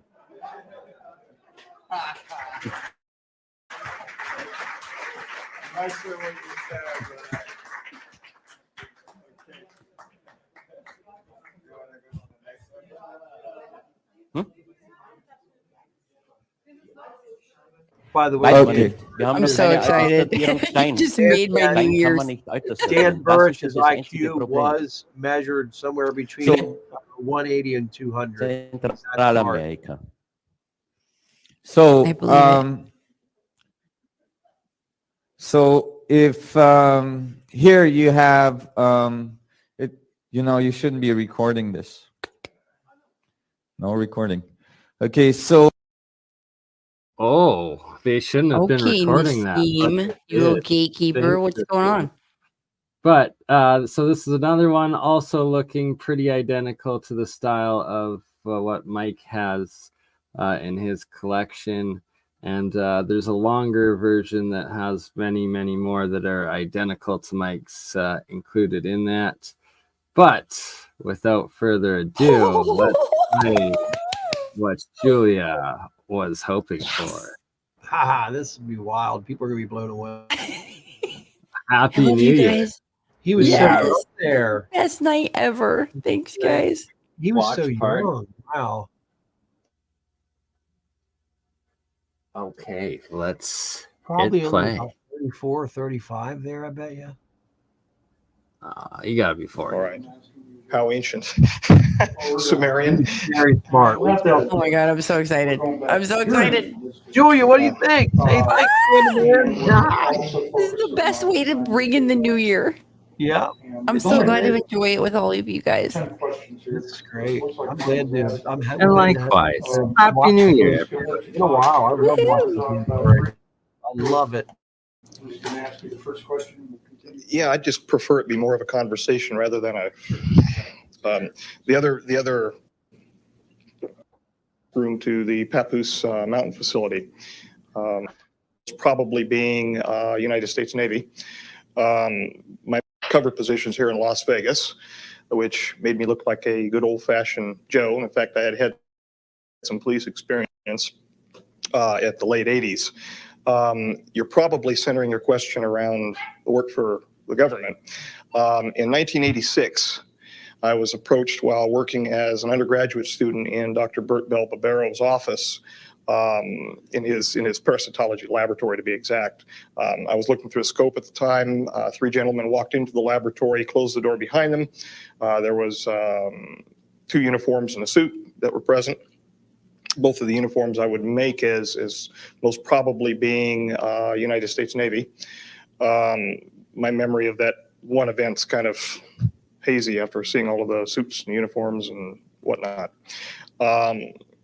We spoke for a while. They asked me if I was interested in seeing the world and the like. I told them I, in fact, was. We went through several interview processes, not unlike this, and reviewed my background. I went through several background investigations. Finally, starting up 90-91 timeframe, I was cleared for working past groom to the Papoose Mountain facility. That place that doesn't exist, about 90 miles north of here, the nowhere place. That's how I came to work there. My original assignment was at the Groom Lake facility to review histopathology slides. And I went through nearly a year's testing and then was basically let loose for a year, and I heard no contact from them. After that, I was brought back in and shown some higher grade slides of unknown origin. Following that, I was introduced into a working group and subsequently brought into the Papoose facility, the Site 4 facility. We worked for well over a year on slides of unknown origin. After I took a minimum leadership position under several of the other biologists who were already present, most of which are now deceased. You know the names of those individuals. I was then introduced into the level 4-5 facility, and the 4-5 coded for 9. You're again aware, we covered this in ancient history.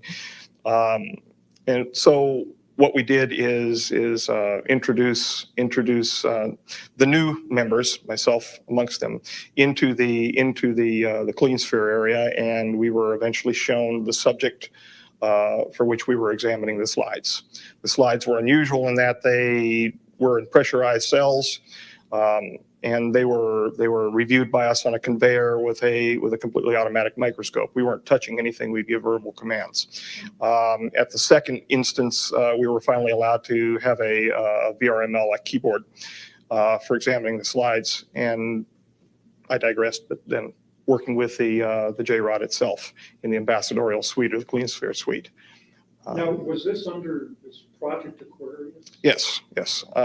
Initially, I was assigned as a working member of Project Aquarius. Then finally, I was made an assistant working group leader. And then mysteriously, after one meeting with the J-Rod, I was asked to take the working group leader position. I didn't find out why I was asked to take the working group leader position until, well, within this last year. I never understood it because Stephen was older than I. He was my senior, not only in ability, but in age. And I would have never figured being advanced above an individual like that in ranking within a working group. And in fact, I never considered myself above him. We worked together. The Q94 document that you have in your possession was co-authored. My name went on there as the primary investigator because I was the working group leader. But in fact, he and I were both involved in the authoring of that document. Oh. Okay. Now, could you explain briefly what you were briefed on who and or what J-Rod was? Initially, I was briefed that J-Rod was an alien, specifically from the reticulum system, to reticulum 4. I had no idea the truth. Yes, from 2 reticulum 4 now, but I had no idea the truth of how they came to be. As I said to you before, I have never met an alien, but I have met an extraterrestrial. I found out subsequent to interactions with the J-Rod. And again, they have personal names. The term J-Rod simply means 15, which was a basing name for where they're located, the number of light years from our location. Yeah, So I don't believe that part. names, I don't believe in light years. and they identified through the Sigma protocols, the linguistic protocols, with a rod symbol, which was an inertia symbol, and the letter J. And in fact, that was a combination of Mayan and Egyptian numerology having to do with a rod and a J, meaning 10 and 5 for 15. Ooh. By the way, he doesn't ever trip up if he's bullshitting. 876 Charlie, from what I've been told. Now, he did not specifically tell me that was the location, but the number 15 was mentioned. I watched They don't him call for it a long apparently time. Greece 876, whatever. Yeah, I think he was influenced of thinking. I mean, how did he, 15 light years away? He crashed in 63, from what I understand, Okay. outside of Kingman. Yep, the Kingman, Kingman, Arizona. That's what I said. There was a problem involving his physiology and his biophysiological communication with the craft went wrong. And of course, he's ill, as we know, with the MGUS and the paraprotein associated problems. You tinker so much with the genetics. And how was he? Was he transported immediately from that crash site to the S4 facility? And how is that I don't know. Okay. That He I probably don't know. needed their help. He probably wasn't in good shape to begin with. Oh my gosh, yeah. I believe he and associates were transferred. He's like, I'm a clone from 20,000 years ago. I need an upgrade. Yeah, they to the Green call Lake them. Oh facility. darn it! They call him the kid. And an associate to, I believe, Los Alamos. You'll hear him talk about it. I have no independent verification of where the associate went, though. All I can say is that he was there. God, I'm so happy that you found this. This Wow. makes me so happy. Oh, there's other interviews. Well, there was not a general procedure. There was a very specific procedure. very specific? Okay. After we would be brought in with our helper biologists, there was controlling helper biologists, those in the gallery, and then the introduction specialist, which was reports of a 7.4 earthquake in Japan. We entered the clean sphere through a large series of protocols involving pressurization and compartmentalization, no pun intended, until finally we were pressurized in fully encapsulated a TEC, a TES, total encapsulated suit for entrance into the clean sphere. There we go. Once we were pressurized and entered into the clean sphere, well, I should digress. We had a medical evaluation, all of that first. Yep, but this is great. They ceased doing Michael that. Shred has drawings on all this. Julie, I have all. Just interested. Let's get you in and get the work done. This excites me so much. That makes me so I happy. would enter into the clean sphere, stuff that's and I was not supposed to communicate with the J-Rod at all. I have some. I was not supposed to. I have some videos and stuff. The reality is we were communicating from the time that I entered into the ambassadorial suite, external to the clean sphere. The guy talking in the back background, and forth freely. I could hear whatever he was projecting at me from thought, and he could very clearly hear what I was thinking. I say hear, meaning perceive. I was supposed to stand over by a hologram projection system, which was run as like a teleprompter system over to my right that would be run inside of the clean sphere glass. Hold my hand up and mimic certain signs. And it became a joke. It really did. It became a joke. Those folks who were watching from the gallery running the show thought that I was standing there and mimicking the signs, and this was the only communication underway. They perceived on the day that the approach, the close approach that he made, the grabbing incident that he did with me. The one in Lakewood? They perceived that there was a communication that occurred. Oh, no, never mind. No, they're still in the clean sphere. They're still in the S4. Okay. I tuned out for a second. No, you got to remember they're at the level 4. They're at the biological. The clean sphere. I'm actually gonna keep going through this. I'm actually gonna bring some pictures up to bring this to light. Go ahead. I know they are. Keep playing and not sounding good. Apparently there was a 7.4 earthquake in Japan and a tsunami alert. So hopefully that's Dude, the solar true. flare, and that's gonna pummel California big time with Hey. I was looking at these gigantic waves hitting California. My sister an lives in Santa X5. Barbara. You guys, what's going on? out Santa there? Cruz. Have you guys see the waves in Santa Cruz going on right now? Yeah, they were it looks going like up and tidal waves. demolishing houses and stuff. I mean, what's going on out there? That's from the. There was a huge, you guys, there was a X5 solar flare, an X5 class solar flare. So that's going to affect the weather and all kinds of things. The earthquake. Yeah, they said that this was all happening from out at sea, the storms, but you're saying a solar flare caused the storms. Dude, you're solar marshal. You tell us. That's funny. Yeah, I know. I should know, right? We need Dutch sense. Great. Hopefully Dutch will be doing an update. Dude, can soon. somebody get Dutch? Like, can somebody I just... sent him a link to the stream, so you never know. Oh, dude, let me go meditate on like getting a bat signal to Dutch. Signal Dutch, we need a live update on here now. But in the meantime, we will let this play as we get more details. So I began getting questioned quite extensively whether or not he in fact was communicating with me, because he had promised not to, apparently, with the Sigma unit. I alluded to the fact that there was conversation underway, but I didn't talk about what it was until, of course, I was caught in my research protocol forwarding ideas that were somewhat different than what they expected, where they expected my private research was going to go. And this is much later. And at that time, the deal was brokered to find out about the doctrine for the convergent timeline paradox. I told them a little bit about what he showed me, a little bit, and they told me a little bit about the DCTP.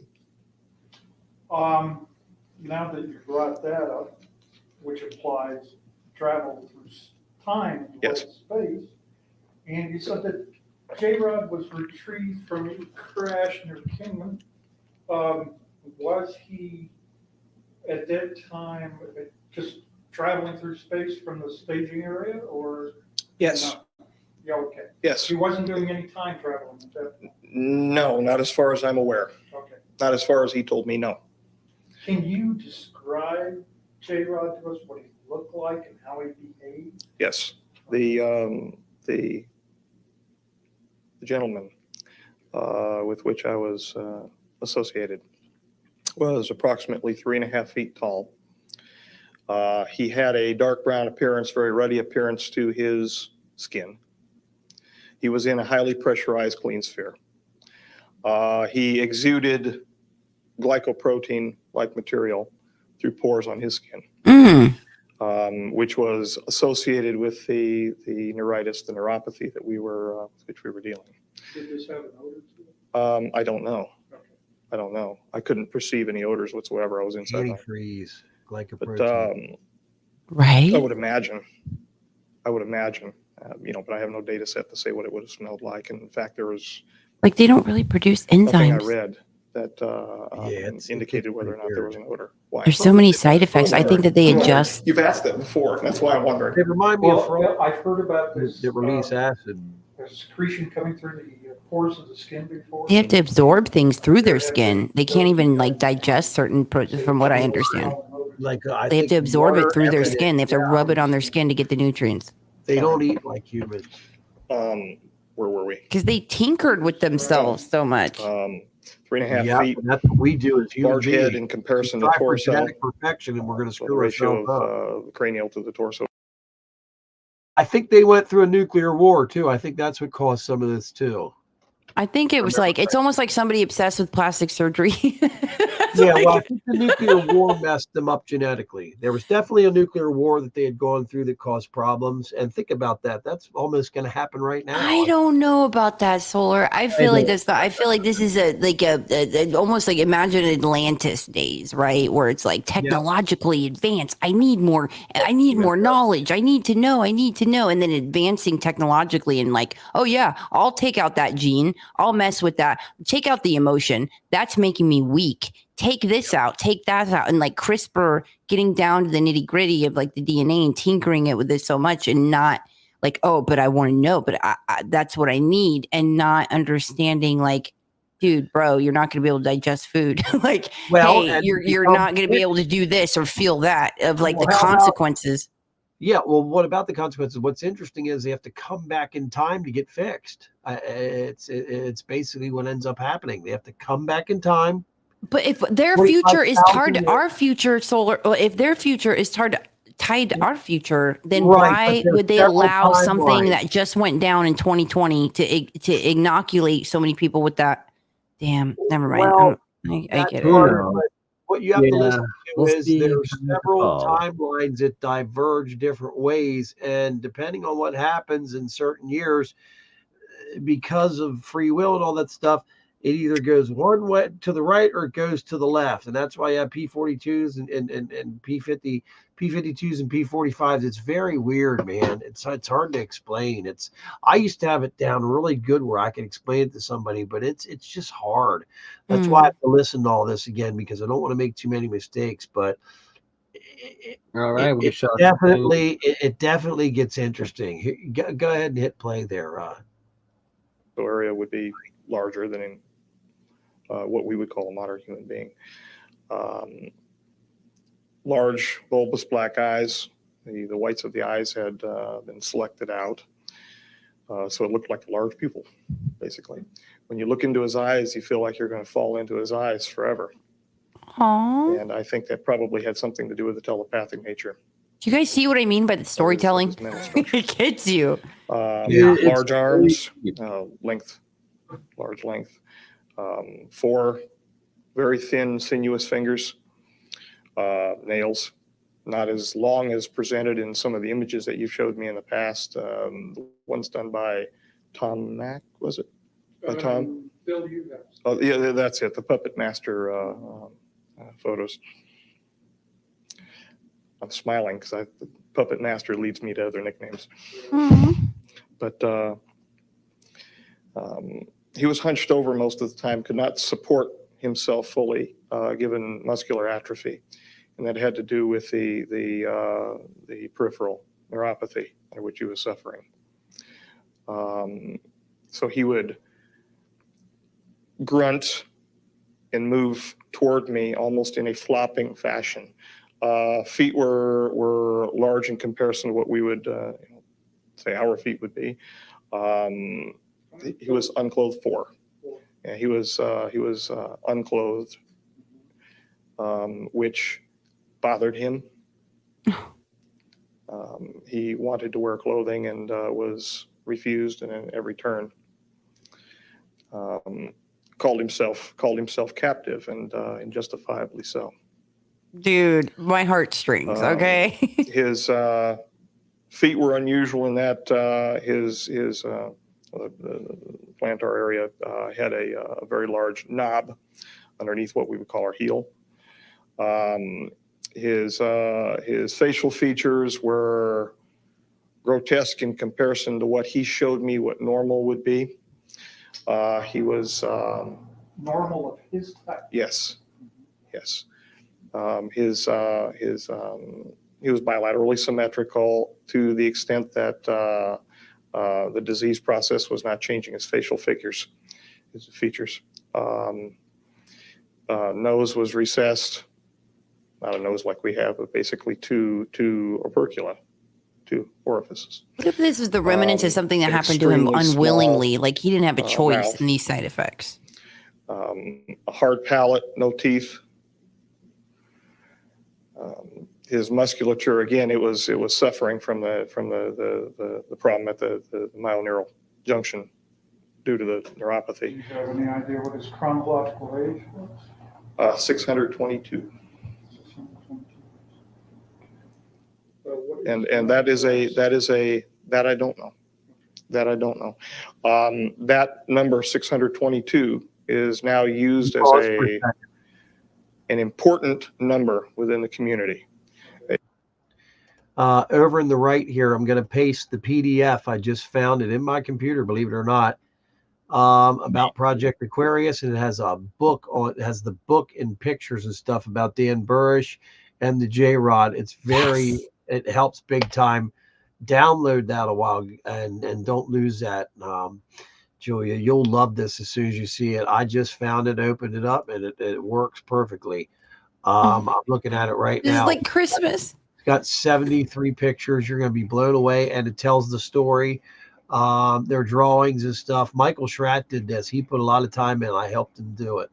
So, yeah, you're going to love this. So, anyway, go ahead, hit play, Burn. Yeah, download it yourself, Burn, if you want. You're going to love this stuff, man. That right now, but we'll keep playing this, and then content galore.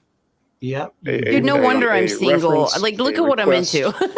I know, and that's a report from 622 could be from anybody. On and off. That people don't like. So it's used in fact the SRB report that I have with me. The supplemental report for 0302 that I have. I'm gonna go get some soda. Probably is labeled from reviewer 622. I haven't it's going to be a cold reading when we look at it, but it's probably from 622. They excrete in a manner that we would excrete. Their external genitalia are different than ours. The females have somewhat like vulva, but they have a clasper situation. The male has a male clasper, the female claspers. And if it looks like a disc with rectangular solids that are rotated into position for clasping at the inguinal region. They do have internal fertilization. Now, this was something you read because you didn't see the female. No, this is something he showed me of his wife. Oh, internally. Yes. And how was that image presented to you? Did it appear? I was inside the image. You were inside the image? That's what it felt like. Like virtual reality? Yes. Everything that he showed me when this was the incident. When he projected it into me, it felt like I was there.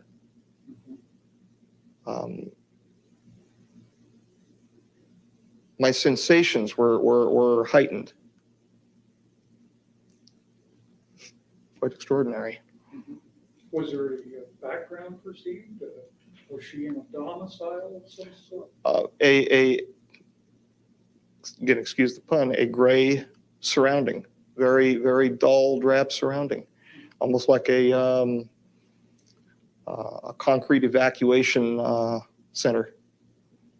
Where you'd have evacuation zones underneath the hotels in case of a mass casualties or a mass disaster, where it was a very clinical environment. So were you impressed that he was kind of depressed about his situation?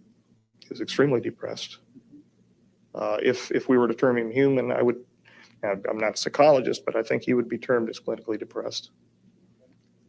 He wept, but he didn't weep outside. He wept when he was with me. Well, could you estimate what his level of intellect was? Smarter than me. He was smarter than me by a long range. Did he have a wide range of knowledge? The mathematics that he showed me blew my mind. Was that right? He showed me concurrently not only the equations for the rule of nines, but he also did so diagrammatically, and he did so with three-dimensional, like a VRML system, where I was watching cubes come together. So that if I was not understanding the script, I would understand it as a child learns group theory in mathematics. Highly evolved, highly intellectual, highly repressed emotionally. Whoa. When I was with him, I felt great happiness to be with him, but I could feel his great sadness, not only because of what he wanted to become, what he knew he was by being present with us, but where he was and how he was being treated. He was not part of the group that has to be catered to involving the T9 treaty that was just signed. He wanted to help. He was willing. When I went in, for God's sakes, I took well over, nearly 300 individualized aspiration samples from his neurological system. He would hold his arm out for me to take them. There was no pain medication. And whenever I would fire the introduction system to remove the sample, it was an aspirative avulsion system, he would cry, and then he would just stand there and look at me. There was a suction. Yes. Yeah. In fact, I would bring the sample after the initial removal from his tissues into the introduction system, and then approve it and move it from there to one of the helper biologists. Usually it was Robert, outside of the clean sphere, and then he would move it from there to be handled under our normal protocols. It was a level 5 past our the BMBL system. He'd just stand there and take it. So, do you feel the communication that he established with you when you were in contact with him, could he extend this communication over any distance? 60 feet. 60 feet. Definitely 60 feet. Okay. It was 60 feet from the center of the clean sphere to the introduction ramp going down into the ambassadorial suite. So at least 60 feet. So you don't feel like he's been in communication with you since that time? No. Okay. Was it selective in some way? Was it willfully selective on his part who he wanted to communicate? Yes. Yes. The folks that I'm sorry. The folks that wanted to find out what he was saying to me, they knew darn well that he was communicating with me after a while, because I was smiling. I couldn't help it, because we were actually joking back and forth. And they didn't know. They didn't have any clue. They didn't have any clue what he was saying. So it had to have been selective. They certainly wouldn't have pressed me like they did after I woke up from the big attention scenario. I woke up outside of the clean sphere. I was drug out of there by Stephen. He finally got a secondary suit on and drugged me out of the clean sphere. No, they had no clue. They had no clue what he was saying. I'm sure of it. They were extra rough in removing my plug and my catheter and all of that business after I got out of the TES. Yeah. One of the things that I want to ask you now. Take a look. I put 2 more links down there, 2 more videos. One is 3 full hours. Then we're going to take a break. You want to grab Whoa. both YouTube videos, even though the one's called Hoaxing It Up, it's nothing about hoaxing. I'm smiling because I'm envisioning the lack of the throw lights. everybody off. One's 3 hours and the other one's a couple hours. There are 2 different interviews. I'm grabbing everything. The one is nice. I'll post all the links. But the last one is all Dan for 3 hours. The one I just put down there at the bottom. Nice. So I'll let this one keep playing for a little bit here first. Yeah. No, I'm not telling you to pull it up. I'm telling you to grab these and save these. Dude, thank you so much, because I literally had to reach out to my ex-boyfriend and I was like, hey, you know that link that I put this, I had to literally approach him and be like, dude, I put a link to the bedroom account of this Dan Burrish interview that I need that. And thank you. I'm finding it from remembering what the stuff got called. that and more. I'm so excited. This is amazing. I'm finding it other ways and putting his name in. I was remembering Project Aquarius and all this other stuff. And now I just have to find him. The other thing was to download that PDF. Make sure you do that. Gone straight. And he's in Henderson. He's still around. Dude, I'll go there. Like, whatever I have to do. Like, if you get a hold of him or whatever, whoever gets to him first, like, I will go. I will do whatever. Like, last time I knew of him, he really got into the Mormon religion, and he had became a preacher. He got into Mormonism? Yeah. I will send Andreas to go talk to him. Yeah, he did. And, I will gladly have him on to preach his truth when you go find him, Julia. What's crazy is, Bernie, is I have not seen him in a long time doing anything. Well, it sounds like 2024 is the perfect time to have Dan Burrish come back on. Oh my God, yeah. I'm trying to find this one interview with him on stage. It's great, but this interview you're watching now is fantastic. I'm just saying now, and all that stuff I put in the chat, make sure you just grab all of it. 100% we will. And I'll put it in the live chat. Thank you. You have no idea how much this means to me. I'm downloading all of it. Why are we talking? Oops, sorry. You go. Now, what is your intention in telling us about this, about your involvement? It's multifocal. It's multifocal. There's several reasons. The largest reason is not the most important reason. The largest reason from a personal perspective is to step out from under the Black Ops community and retire. I'm ready. I told you before, I can see myself walking along a pond and not being bothered by anybody except for maybe a bird here or there, and taking a sample and just taking my time and looking at it for fun, for enjoyment. And you're worried about your health, right? Well, my health is degrading. There's no I'm doubt getting about like that. Aquarius Pisces The heart vibes from disease that I him. have is in fact degrading my health. Time is coming. I don't know how long that is, and of course that's within God's providence. So you'd I- like to maybe have some freedom, to have some Yes. time of your own, Yes. to go to Walden's Pond or something, right? Study the life. Disappear at Walden's Pond. Right. There are other reasons too. Without yelling the poor me scenario. Yes, people have a right to know. I mean, that's, other folks have screamed that.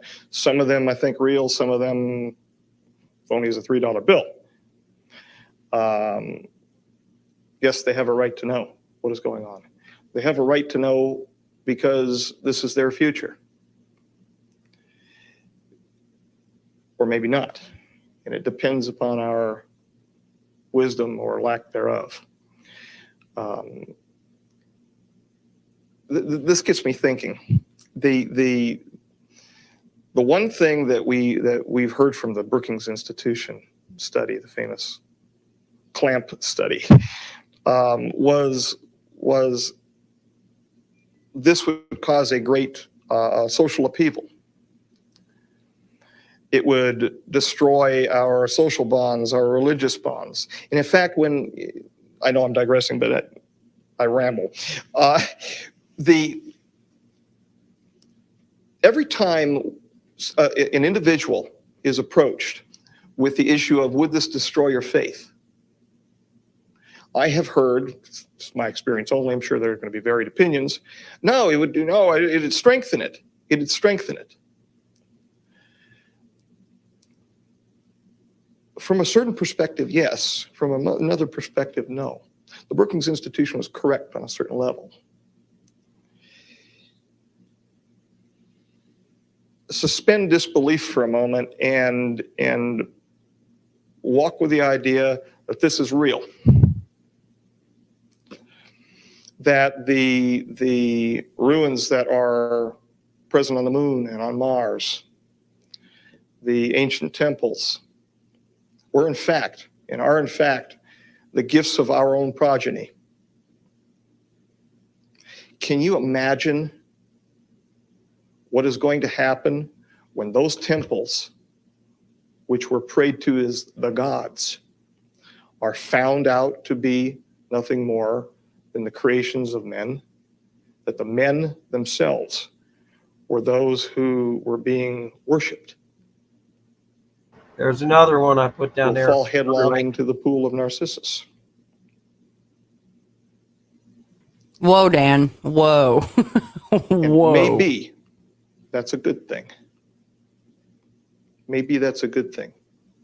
Maybe we'll find truth, love, God, in something other than buildings and stones and marble. Maybe we'll find out who he really is, or she, it, or just us. Take a break. Please. Take 5 minutes, yeah. Take 5 minutes and talk about what we just talked about. Yeah.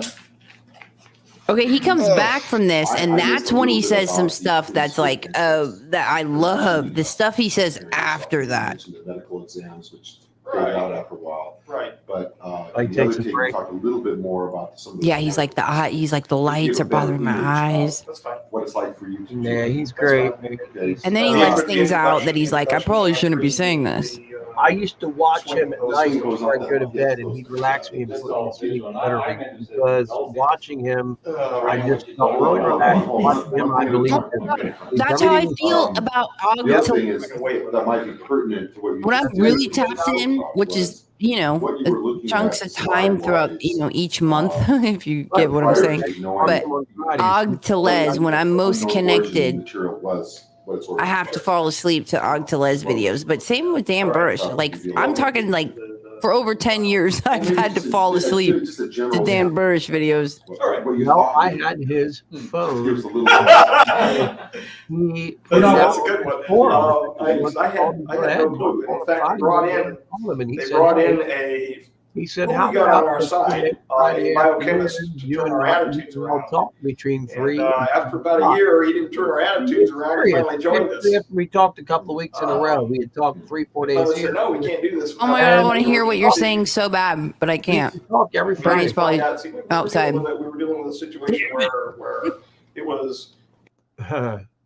Oh, sweet. There we go. I'm back. Sorry about that. Sorry. What happened was, he had put his phone number up on the forum. I was on the Eagles Disobey forum, and he said, anybody wants to talk, go ahead, give me a call. And I couldn't believe I called one day, and that's how I was. That's how I met Ed Fouché and everybody else, John Lear, by calling. Wait, would you say Touche? Wait, what? No, Fouché, Fouche, the Area 51 or the Area 51 TR3B guy, and that's how me and Jeremy met 15 years ago. But anyways, yeah. And me and Dan started talking, and he said about, he goes, hey, how about if we talk on Friday afternoons? He was bored and stuff. And I'm going to tell you one day about what happened. Oh my God, I can't wait. I called him. He did not call me one day, and I'll tell you what happened. I don't know if Jeremy's told you about it or not. I'm not going to tell you tonight. It's very cool. Let's do a show about it. It blew me away. Either this guy has the greatest sound machine I ever heard in my life, or I listened to him leave McCarran Airport and fly to Area 51 on a helicopter. And how could you fake that, really? I mean, you could. That's what blew me away. I told Jeremy, I said, Jeremy, there's no fucking way this guy could have faked it. I said he would have had to have some kind of sound machine that faked all these noises, including the security guard that kept coming and saying his name, and it's going to be 5 more minutes, Mr. Burrish, blah, blah, blah, blah, blah. 5 more minutes, hey, Marcia, blah, blah, blah.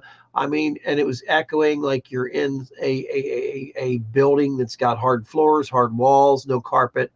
It was really fucking interesting, man. And he said that he had his cell phone in his pocket and had the speaker. Back then it wasn't the Nokias, but it was they started getting the flip phones had come in. Look, and when you start body jumping and stuff, and you're doing that, microbiologist becomes like the rock stars. There's some things that haven't been worked out. There's no doubt that he got on a helicopter. I heard it, and I was listening to it to the point where you couldn't hear anything anymore because it was so damn loud. And it sounds just like the videos when you put on YouTube and you hear guys in helicopters and stuff, and the loudness in there. And I said to Jeremy, there's no way it could have been a sound machine. I said, there's just no, I was just shocked by it for a while. And then he said, you realize that I've never done that before. And I was like, you literally held your phone on the speakerphone until you got the room leg. Yep. Whoa. I was just like, wow. And this was like hour and 15 minutes between the time he went through last security check and got on, like I said, not an airplane, a helicopter. He flew up there. They flew him personally up there. Wow. Right, and his wife is her father was part of the Majestic 12, which is apparently you go to Project Bluebeam, you go to like a lot of the you keep following those puppet strings. It towards the top, it would be Majestic 12. So if that's who his wife is related to genetically, Yes. Now he speaks about that. Now there was nothing he could tell me about what was going on at Groom at all, or where he was at. But he just told me, he goes, you're in for a treat today. He goes, do not hang up. And that's when he stuck the phone in his pocket. And I just started hearing people talking to him. And then he would grab the phone and say something. He would talk into the phone. It was in his pocket. And I was like, wow, this is crazy. And I sat there listening. And every now and then he'd talk again. And And finally, you were hearing his name being called over a thing, and then they went and reported to a room. Really, you heard like an echo, an echo Yes. of his name? Yeah, you could hear like he was being called over a speaker at some portion Wow. of McCarran, him and her, and they got up, and then when they went in that room, the quality of the sound had changed to a room that would be private, that wouldn't have the echo anymore. And the security guards called him, and he went up, and he was joking around. He knew the guy because obviously he's like must go up there all the time, and they were joking back and forth and stuff like that. He's like, get out of here. And then as he went out, you could hear him go outside. You could hear a lot of noises in the background, and that's when he said he had the phone in his pocket, and he said, dude, I'm going to groom. And I was like, what? And I couldn't believe what he was saying. And then he gets on this helicopter, and he's still talking in the phone. But then when that thing starts winding up, okay, it was way too loud. I couldn't hear anything. And then Dude, eventually we got you cut can. off. Wow. Yeah. Eventually we got cut off. What was your conclusion of like speaking to him? I know we'll dive way deeper into this, but your assessment of speaking to him, what he had to say, what you revive. I'm talking about picking up on like what you Was he perceive. being truthful? Is that what you're saying? Mm-hmm. Yes. And I don't even hesitate to say it, because the thing is, I called him that day, and he didn't call me. If he's setting up this sound machine and stuff, I mean, he had to be sitting there waiting for me to call. I called him, and thing is, the Ganesh particle thing, I believe that. The J Rod thing, okay, it's hard for me to believe. There's some sketchy parts. Yeah, There's yeah, some all of sus. it. It's a Yeah, little it's sus. hard for me to believe all of it. But there's parts of it that are just so interesting. But here's something I want to tell you. There are so many interviews out there with this guy about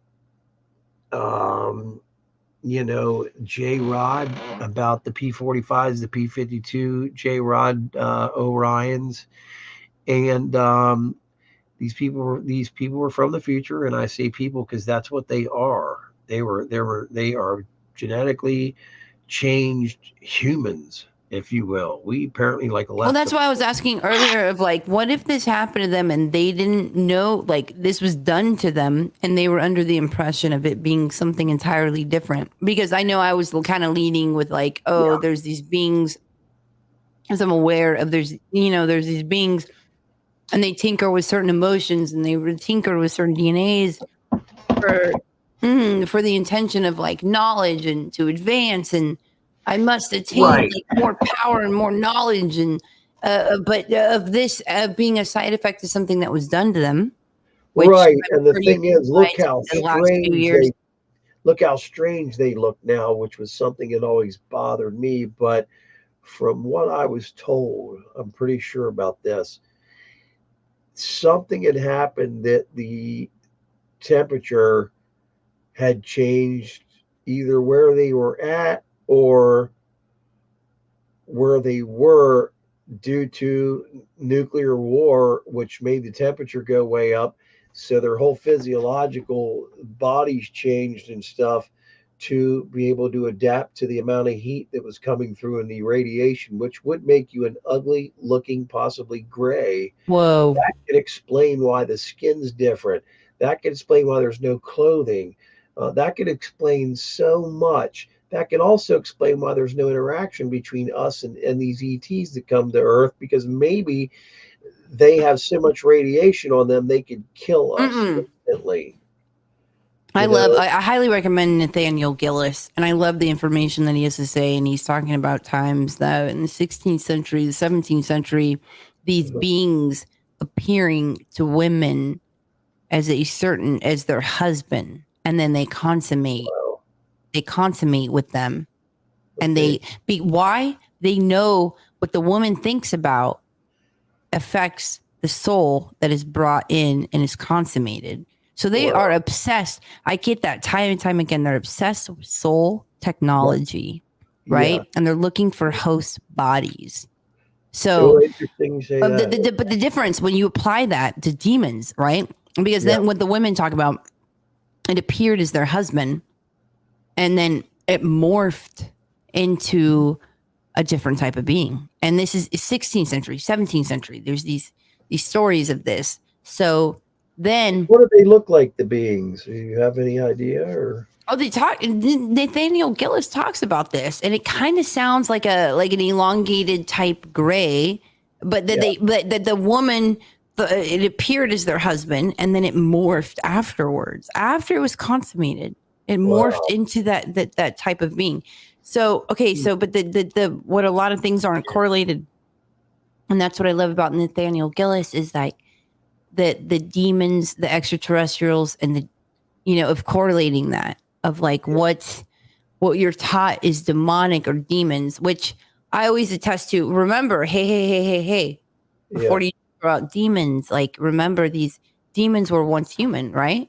Sure. They're disembodied spirits, and I think like looking at people walking around, like there's a lot of shitty people out there. Mm-hmm. And when they they make some bad decisions and their spirit goes to a certain place, and I don't know, but yeah. It sounds interesting. I know Dan's story is the most interesting thing I ever heard in my life. I'll put it that way. If it's fake, he sounds like the real Bob Lazar. What do you think? What do you think of hearing this? Because I don't know if you just heard it tonight for your first time, or what about the people in the audience? What do you guys think? Because I know it resonated hard. Like it hit me hard. Like it slapped. It slapped my DNA. Yeah, he's fun to listen to. Interesting. He's got a talent about him for telling stories, but what I was saying was I've listened to him tell this thing over and over again, many times, different people at different places, different interviews. Never once did I hear the guy contradict something, and that's what I was looking for, because that's what I did with Lazar. I'm like, okay, if this guy's full of shit, I'm going to find it, and I could never find that one problem. You will find other people couldn't find that either. Because I was looking to debunk him because I thought it was bullshit is what happened. So I started hardcore listening to the story, and I found myself like being like, wow, this doesn't sound like shit to me. This doesn't sound like Lazarisms, because Lazar is constantly contradicting himself. And I like that map, Bernie. Is it the Air Force Base? And yeah, that's the PDF I sent him to download. Go through that. Oh yeah, we are taking a look right now. And this is I said. Did you download this, young lady? Dude, I copied all of I copied all of the links and like I pasted it, and then you would send something else like, oh wait, there's two more. I'm like, oh, I need to do it all again. Download it. Did you see the part with Dan there at the beginning with the J Rod? That should be the first page or two, or maybe I'm wrong. Yeah, that was computer images by Michael. Yeah. They're drawings, but it gives you an idea. There you go. There's a J Rod on him. Oh, Strat drew these. Yeah, that's a drawing. Yeah, that's right. Didn't he say he was like almost 4 feet tall? He was like just under 4 feet. Yeah, and Dan's pretty short himself. Yeah, 4 feet. Go to the first one. Go to the first page. I think there's a picture of the craft. Yep. Project Aquarius. That's what I searched too. As Pluto's moving into Aquarius. I had it right here. I'm like, wow, here it still is. It's from that download. That's from like 2 computers ago. That's still in this one. Uploaded files. That's amazing. Because I've even found other right stuff now. Yeah, it's cool, man. And there's actual evidence of Dan's doctorate and his bachelor's of science degrees both being removed, it said, from really removed. Why? New York SUNY. There's a number of reasons why the SUNY doctoral didn't go through, and it doesn't matter. He had the degrees from UNLV that are proven. The state university one, where there's a lot of traveling back and forth, and he just didn't have the credits because he was back and forth between Nevada because he got married in New York, and he would fly back and forth for school. I mean, it just ended, and he didn't get his doctoral. So he was deployed in Operation Desert Storm as defense biowarfare expert in Black Ops operations. What? Yeah, he was over there, but he was not like a killer or anything like that. He was over there because in case they had weapons, In case something went off WMD. or Yeah, WMDs like chemical stockpile. weapons chemical weapons or biological weapons. He is a biologist. He is a biologist by trade, Right. and they wanted him over there. But if he was in Black Ops and they went in there for the portal thing or whatever, like the Sumerian or Babylonian Stargates, could he have potentially been undercover on that? That's a good question. He was with all those people over there. I'm sure he's with Black Ops team. Yeah, possibly. Yeah, he was on that whole thing with the with going back over there again. They were looking for them WMDs. He was there. There's video footage of him over there too. He was shooting a gun off at one point, and that video was on Marcia McDowell's site. I'm like, holy crap, Dan's over in Iraq, and this is like 05, 06, something like that, maybe. It looked like the video was from. Wow. Yeah, I mean, some crazy stuff was going on, man. He his being as intelligent as he was a major asset. He's very smart, and yeah. Let me see what that says. That's the S4 stuff. S4, yeah, military. Okay, yeah, I feel like some of the things he was told, yeah. like he wasn't in the full light of it, of like, oh, I'm from the star system, like, yeah. But could be disinfo what they tell him, sort of thing. Yeah, but I'm like, why would J-Rod Yeah, telepathically send him something else? But maybe, I don't know, knowing like what would happen if he told we were from deep within the earth and that we fly around. Well, I think the J-Rod told him he was an Orion, didn't he? Isn't that what the J-Rod? Yeah, but I never vibe. Like, it's like psychically, you got to understand, I was trained to stare at, I know this sounds super out there, but whatever, I own it. Like, just to stare at specific star systems and specific stars and go into a trance state, like a samadhi state, and receive data. And based off of all of my experiences, which I spent years doing and got extracted a lot of information that I have documented, but what I received from that was that it entirely shifted my perspective of what stars are and what light years are. And I don't vibe at all when they say light years. I like laugh at it. Like, oh, you're saying a photon travels at this. Like, it's a very aristocratic of like, oh, how dare you think such a thing? Like, oh, really? You think in light years, do you, darling? But it's not. So when he speaks of certain star systems and what I understand it as and what my experience with it firsthand has been, I'm like, oh, like, I'm not going to vibe with like these beings are from that star system. I don't buy it. I don't believe it at all. There's data in that. There's sound in that. There's knowledge and data in that, And let me ask you this. When you look at the star, I'm very curious to this. When you look at the star system, the Orion star system, do you get any vibration at all that there's possibly life from there? Okay, let me tell you something. And this is huge because I always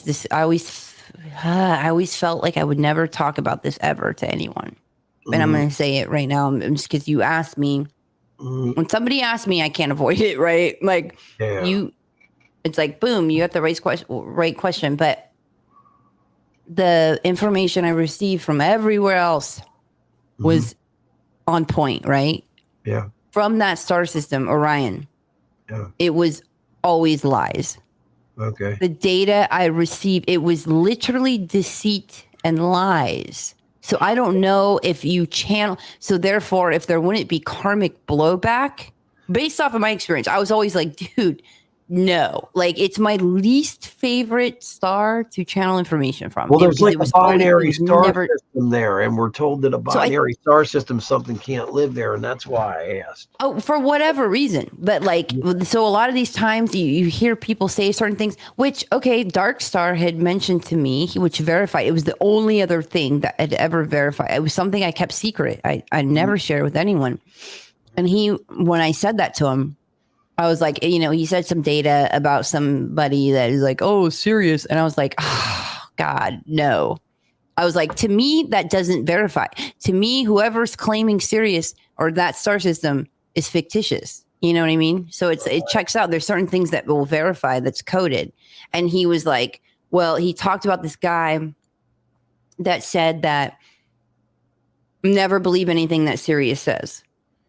Never believe anything from that star system. And I was like, interesting, because that was my personal experience with it. So to me, it was like, ooh, like a inside validation, verification of like, like external validation. Thank you. But so when Dan would speak of that never, I was always like, ooh, is this?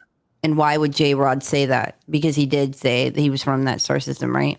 Right. Yeah. Yep. Yes, the Orion star system is where a lot of this stuff takes place. The reason why I ask is, man, there's a lot of stories I look into, and it doesn't matter if they're short Orions or tall. Don't you notice that too? Don't you guys find that weird?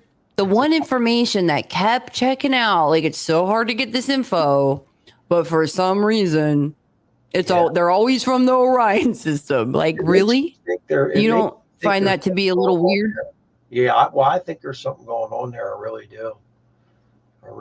Yeah, I believe there's aliens there. I really do.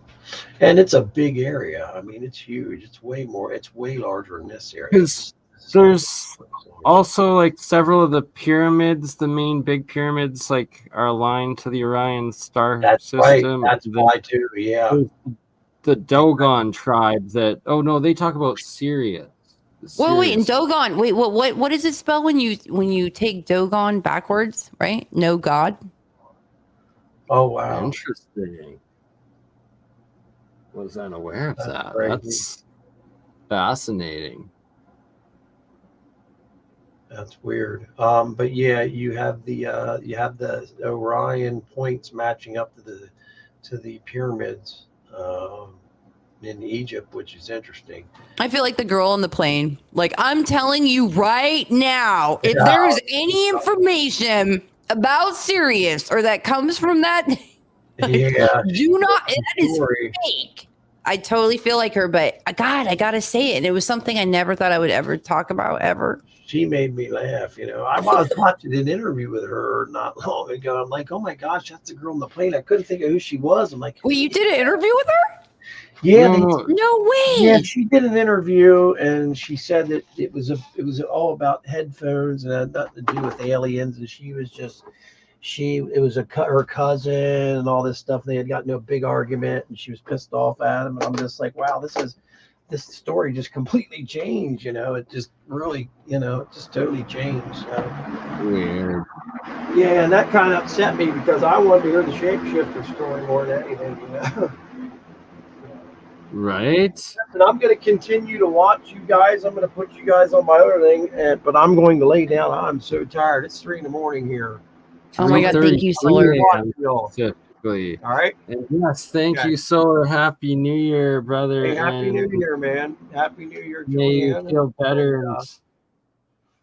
Yeah, you know why? I'm just about, my head is still so stuffed up, dude. When you contacted me, it was crazy. It was like all of a sudden my head just got so stuffed up again. And believe it or not, now there's a cold going around after I healed up from COVID. I think I just caught this damn cold now too, because what happens is when you get COVID, your defense system goes way down. And my brother has it. And I was like, you got to be kidding me. So when I go back to work in 2 days, I'll be going back with a fresh cold after being off from COVID and having off last week because of the holidays. I don't want to go back to work sick. I hate going back to work sick, you know. Oh my God, Solar, thank you so much. You made my holiday. Like I was for the last week, I kept putting out vibes of like, I need to talk to Solar about Dan. Dan Bursch. You got a hold of me or I would hook you up because I wasn't doing anything. I had to sit here and think in the back of my mind what the name of a lot of this stuff is. The Ron Garner stuff is great. The Bill Hamilton stuff is great. I'll get you the Ron Garner stuff. Ron Garner talks about Dan Burrish and all this stuff and how the story can't be fake and everything. Ron passed away about 7 years ago. It's interesting what Bill Hamilton would say about that they spray chemtrails to prevent you from seeing certain ships.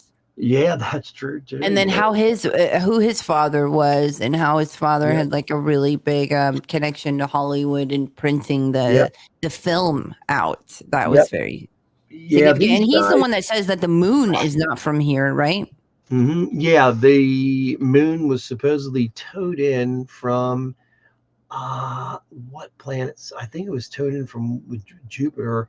It would have to be, because if it were towed in from anywhere else, think about it, Jupiter has so many moons. That moon would be nothing for some alien civilization to grab a hold of and bring it in here. And it was towed in here supposedly 55,000 years ago. We know that can't be true. And then supposedly the real number, I think, is 5 billion years ago. It was towed in and put into where it was placed at. So Earth had a perfect orbit then, because Earth's balance was off. You have to have a moon to counterbalance your spin. And they put that there, and then life started thriving here. That's something I heard about from long ago. Interesting. Yeah, you have to have a moon for a counterbalance.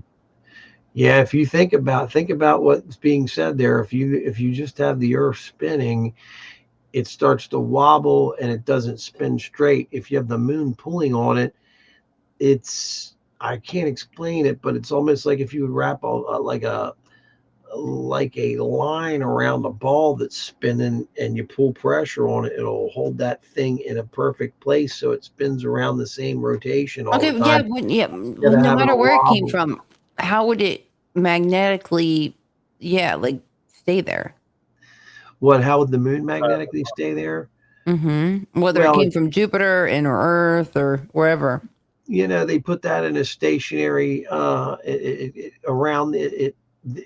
The moon goes around the Earth then, you know what I mean? The moon travels around the Earth, and it does one spin, one rotation per 360 degree spin per every time it goes around the Earth, and it takes 365 days to go around the Earth. Remember that. Yeah, it takes a full year to go around the Earth. Yeah, one time. It's very interesting to get into and talk about, but it makes total sense when you look at it. We would not be here at all if it wasn't for the moon. If something ever happens, time out. You heard it here first. I like to theosophize or philosophize or throw it out there of, okay, how there's an opening at the North Pole, right? Yeah. And it's literally an opening. And the size of it too. What? Imagine if that's where the Earth came from. If it's like this. Can you see my cheek? What do you mean, imagine if that's where the Earth came from? No, the moon. Did I say Earth? I think you're saying moon. Like it's spit it out. Yeah, but if it's from, because I know Bill said it's not the moon. Our moon is not from here. But I'm saying I'm theosophizing. All right, let me entertain you. Nobody freaking knows.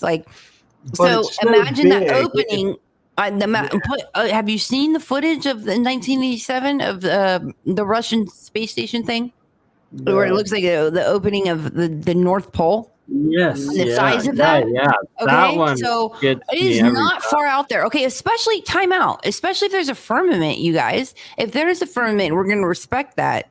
Then why is it so crazy to think that the freaking moon was once involved at the top of Earth, okay? And it was hollowed out, Like, yeah. And then there's something put inside before it was. And therefore something happened in the atmosphere or whatever to keep it up there. Dude, I don't know. I mean, I think that's the most brilliant thing I've ever heard anybody explain of where the moon came from. So I might be insecure about having to say this and talk and discuss this and say this out loud without being embarrassing, but that's the best damn thing I've ever heard of where the freaking moon came from, that it came from Jupiter or Saturn.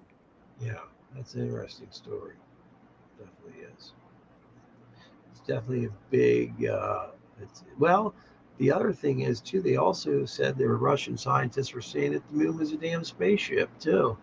Been a number of stories about the moon written. The Russians are really into it. They claim the moon is coated in titanium also, which is really amazing. When I remote viewed it, what I came across was I did this remote viewing session that turned out to be the moon. And what I can explain is there's something on the outside of it that made it breathable. It was very important that the surface of it was breathable. And what it reminded me of that I could translate it was, you know how there's crypto, they have to have, when you run the crypto, it has to be in a certain fluid. Are you guys familiar with that fluid?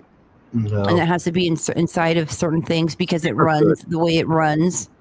And that's what it reminded me of the moon, of like that it's similar. What operates inside of it and what's running inside of it and that type of system. It needs to be breathable, the way it must breathe. Like this. Look up John Lear and the moon having a breathable atmosphere. You're talking to a broken record to me. I can tell you right now, I absolutely believe that the moon's been breathable. And there's an atmosphere on the moon. And believe it or not, this one guy that went to the moon and stuff like that, he had claimed that the sky was more saffron looking when he would look up into the sky. Wait, that he was more what? Saffron? There's an atmosphere on the moon. Yeah, he said it was a saffron color. There is an atmosphere on the moon. It's not strong as ours, but there's one there that you can breathe. And that's all true. Look up John Lear. Breathable atmosphere on the moon sometime and you'll see it. Unfortunately, John passed away a couple years ago, but it's written all over the place. You can find this stuff easily. I can look it up some other time. I'm going to crash because of this cold I seem to be developing, and it's 3 a.m. But I'm going to watch. I'm going to watch you on YouTube on my TV. So put the Dan Burrish video back on, y'all. All right. We love you, Solar. Appreciate you. Thank you for making it the best holiday ever. Thank you. Well, you know what? I'm having fun watching it. This is going to help put me to sleep, but I can't believe I'm sick again. It's unbelievable. Right? I'm just sitting here thinking, oh my gosh, my head's getting stuffed up. What's up, brother? Heal up, and may the force of the Dan Burrish videos be with us all. Yes, Julia, pump some of them vibes into my brain to heal me up while I'm sleeping, all right? Okay. I will. All right, I am dead serious, but I'm going to watch this on my TV. I'm going off the computer now. Later, everybody. It's been a good one. We'll do this again very soon. Solar. Yeah, anytime you want to contact me, listen, I'll set it up that you can contact me. You can give her my info, Bernie, so she can text. Sweet, I'm going to crank call you. Send her stuff. You know what I mean? 100%, I can send her stuff from work because when I'm at work at night, it doesn't matter. Half the time I'm bored, I can look up shit and send it to you or whatever. You know, I have all this stuff memorized. Be doing many more streamed together in 2024. We're gonna do a Bigfoot show too, Burn. Yep. Okay. Oh yeah. I can't wait. All right, I'll see you. We love you, Solar. Happy New Year. Love you too. Happy New Year. Happy New Year, everybody. Yes, Happy New Year to everybody, and God bless. I'm fucking tired, man. Holy. Well, there we go. So if you're up for it, Julia, I'll continue on watching for like another half hour or so. I'm available. Wait, are you asking them? All right. No, asking you, sister. Asking you. No, yes, I'm here. I'm here. You got me. I'm all amped. I'm all excited. Right. I'd never heard of J-Rod. This is absolutely epic stuff. And the fact that it's been expunged, and great job, Dan, at being able to pick this back up and share it with us all. I gotta find him, Bernie. Yes, yes, you do, and we have to interview him this year, 2020.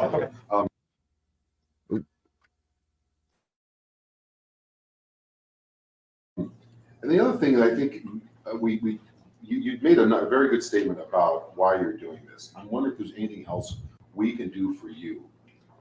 Anything else you can say that is of value to you that we can record for you, as far as what you hope to, how you hope to get out, what it is about. I mean, you said it's your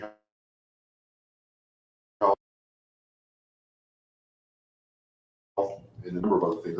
I'm just wanting to put it to you that if there's anything else that comes to mind you'd like to add in that regard, in terms of what is you're trying to accomplish. Because I know I would like to tell our elected government what we're doing.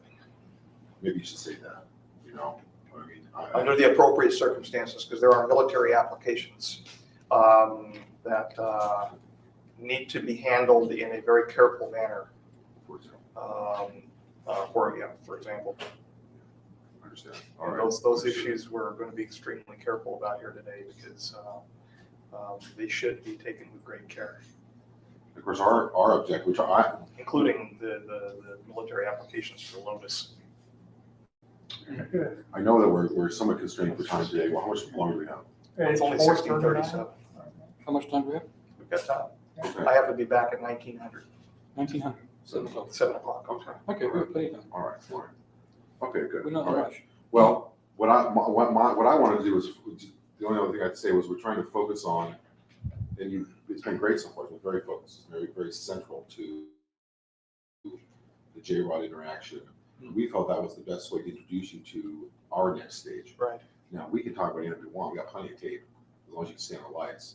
You know, I beyond the three things I just mentioned, anything you might want to bring up. Do you think that thing is real? Do you think that thing is real? What's that? That piece of paper you showed me, the letters. I don't know.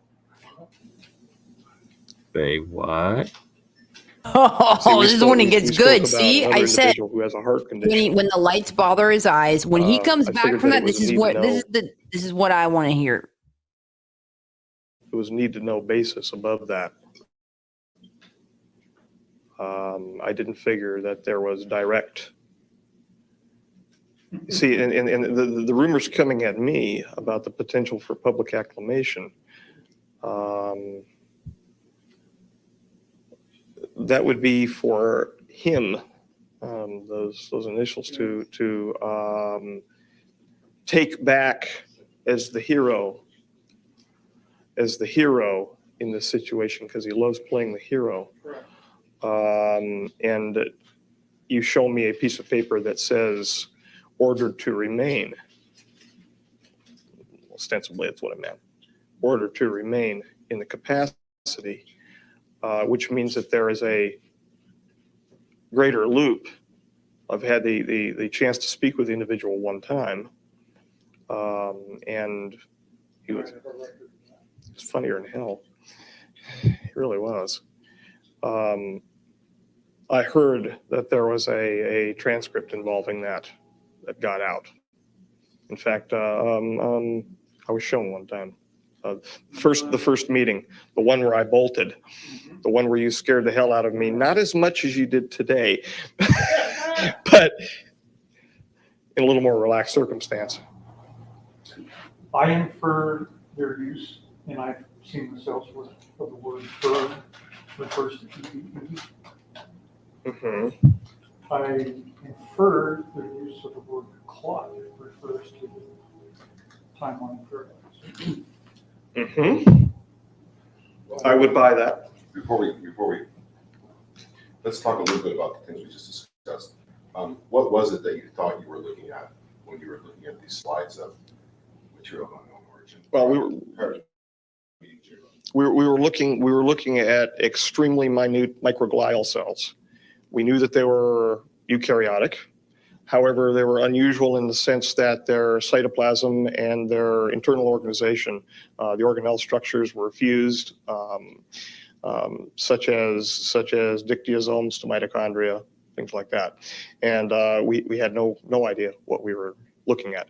The original contention made by the individuals next to me was that we were looking at some type of biological warfare material, an intermediate, and they had more experience.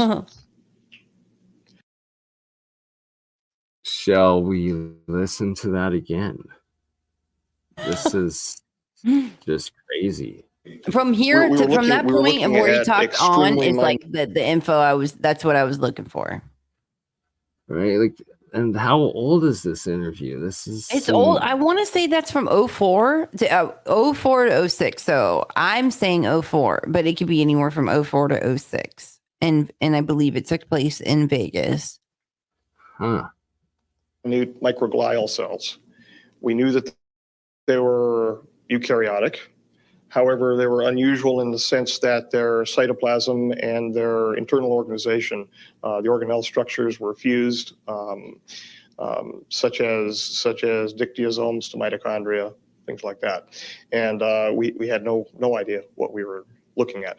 The original contention made by the individuals next to me was that we were looking at some type of biological warfare material. Yeah, well, if they're intermediate. testing the solution on a future, something that's going to be used in the future for biological warfare. They have more. Like that's why I don't think he's experience, inclined. I don't think he's knowledgeable in everything. Which matters. So, and being that I was new, I was letting them take the lead. That's great. Now let's talk a little bit. The second one was tell us a little bit more in detail about the physical aspects of preparing for an entry into the sphere.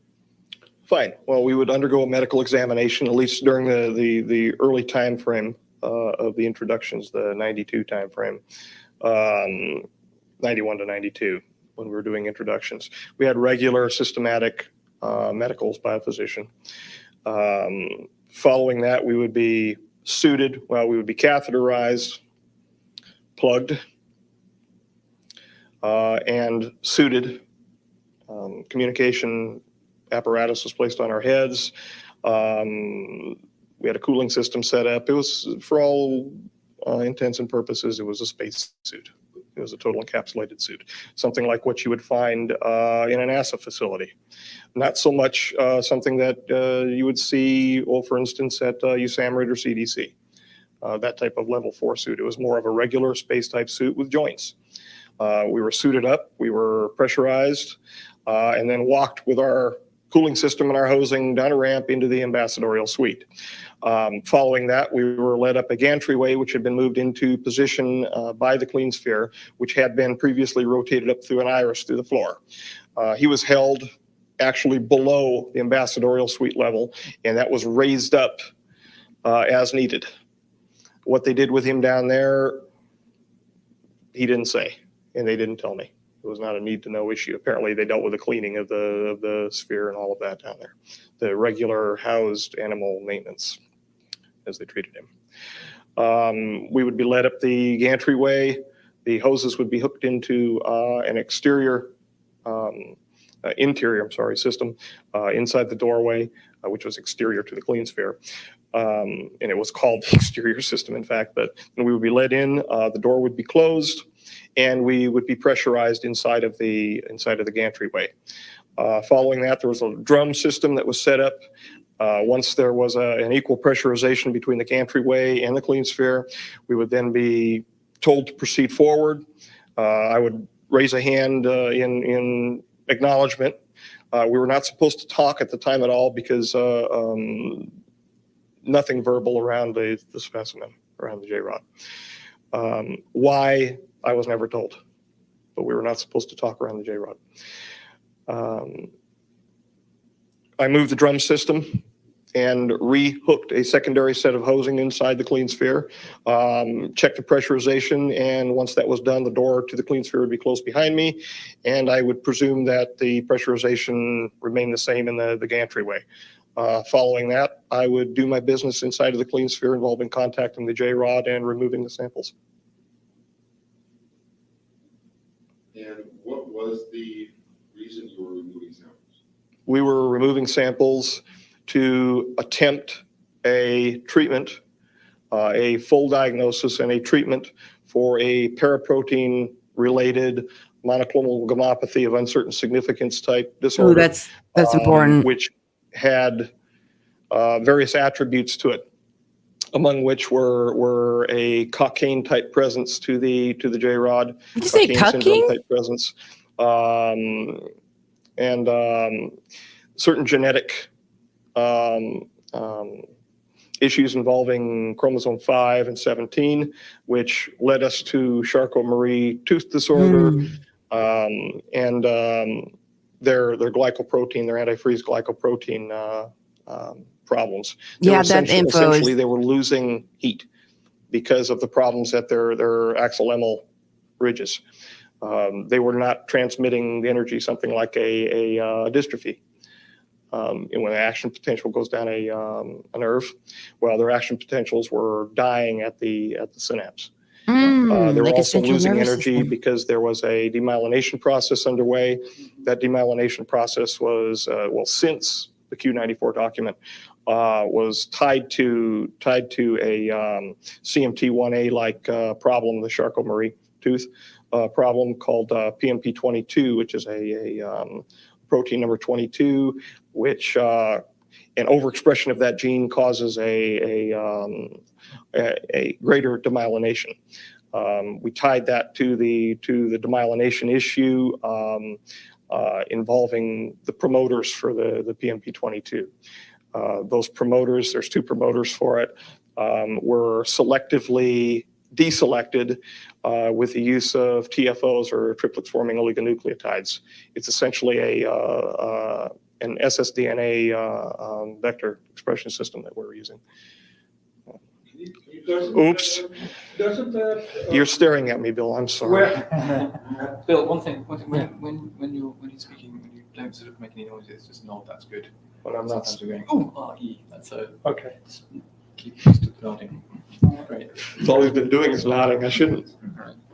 So do you want to simplify? I'm sorry, Bill. No, I don't. Actually, no. I think that's fine. I'm sorry, Bill. Actually, I understood some of it. That's all right. Doesn't that interfere in the demyelination process? Okay, isn't that similar to conditions that humans sometimes have, like, what is it, muscular dystrophy? Well, yeah, except for he wasn't forming plaques. Okay. He wasn't forming plaques. He was simply demyelinating, repairing the demyelination area with the immune system. They've got a cell-mediated immune system, humoral system, just like we have. The cells are different. They've got Philopodia, but very strange looking blood-like material. But it's like it. But that's why we use the term analog so much, because it was different. It was different. Can we talk a little bit about some generalities around the building in which you worked? The sort of, how many floors it was, where it was located, Sure. how you got there. You want an experience of Site 4, watch the Andromeda strain. Except for there's a little more color inside of Site 4. They've got a nice orange stripe on the wall, and they've got a red and blue stripe on the floor, which gives you general directions depending upon the floor you're on, and you can't move without getting stopped anyway. We're talking separate to the groom facility here. I'm aware of several floors at the groom facility, and then finally the majority of the hot stuff was taken over to Site 4. We're talking 4 basic levels. The first level, and they're coded 4.1, 4.2, 4.3, 4.4, and finally where he was stored as 4.5. And that 4.5 designation was painted on the wall for him because 4 and 5 is 9. That's why, in fact, they built 9 hangars on the Galileo and Sidekick levels. The 4.1 level. The 4.2 level contained the looking glass, Alice's glass. In fact, outside of the door for the major facility, there's a white rabbit with a clock. A very large, it's a statue that's probably about that tall, and it's held above the doorway. It's wired above the doorway. The looking glass, I find out, is one of the ERBs. It's an Einstein-Rosen bridge promoter. It uses some form of, this is found out, Jesus Christ, in the last 2 weeks. Asking the right questions there, I guess. It's composed of a spherical, spinning, arced, rectangular solid matrix of nickel, cadmium, and barium. There is a spinning disk underneath it, which is supercooled. Into this is injected into the center of these spinning, and I'm not a physicist, spinning disks,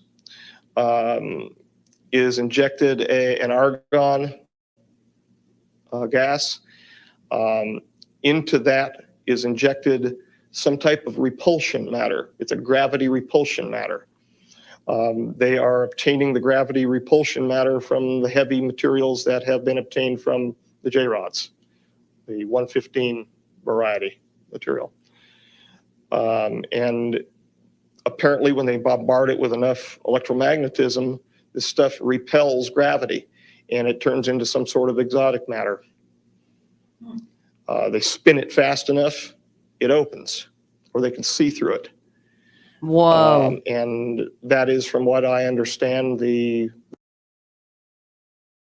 Yeah, this is some very crucial information I you're know. I was like, covering right now. shoot, can you just rewind that last part? Now I know why I Shoot. wanted the last chunk of this interview, like from the middle to the end of this exact video. Oh my God. We also go verifying Bob Lazar's element 115 in it. Right? But the spinning part, that really hits home with. Yes. No, there was this thing that I came across in an underground base, and the way that it was designed, and I have drawings of it, and the way it was spinning, and I was like, oh man, they've been doing this for eons. They have this down to a science. Like there's certain things that just, it'd be hard to falsify, Oh, absolutely. All right, let's listen to that part again. with a clock. A very large, it's a statue that's probably about that tall, and it's held above the doorway. It's wired above the doorway. The looking glass, I find out, is one of the ERBs. It's an Einstein-Rosen bridge promoter. It uses some form of, this is found out, Jesus Christ, in the last 2 weeks. Asking the right questions there, I guess. It's composed of a spherical, spinning, arced, rectangular solid matrix of nickel, cadmium, and barium. There is a spinning disk underneath it, which is supercooled. Into this is injected into the center of these spinning, and I'm not a physicist, spinning disks, is injected an argon gas. Into that is injected some type of repulsion matter. It's a gravity repulsion matter. They are obtaining the gravity repulsion matter from the heavy materials that have been obtained from the J-rods, the 115 variety material. And apparently when they bombard it with enough electromagnetism, this stuff repels gravity and it turns into some sort of exotic matter. They spin it fast enough, it opens, or they can see through it.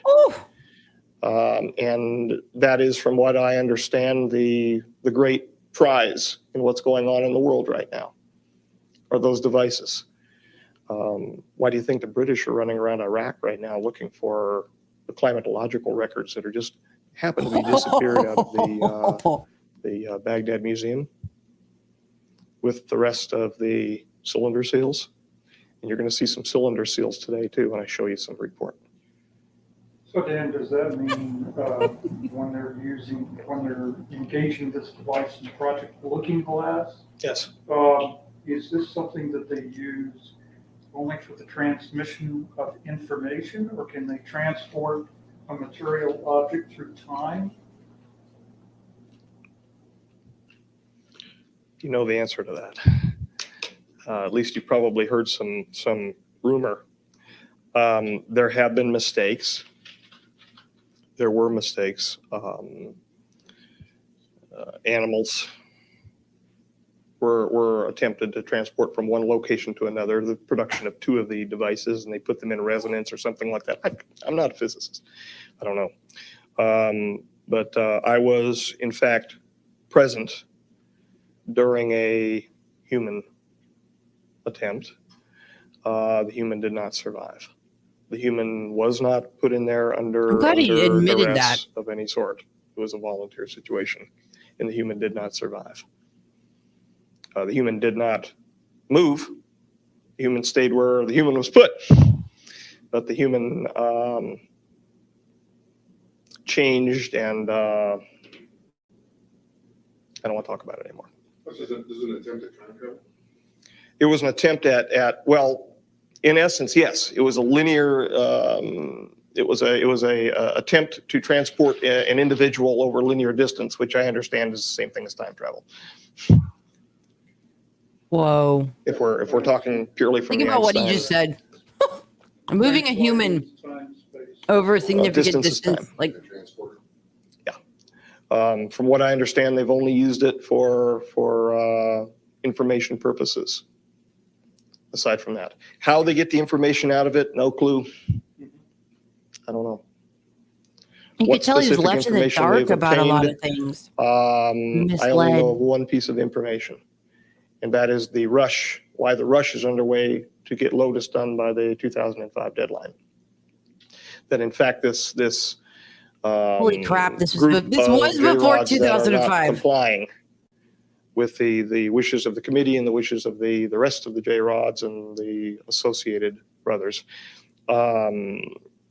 to put a clamp on them so that they stop their influence within the political structures of our government, including the financial structures.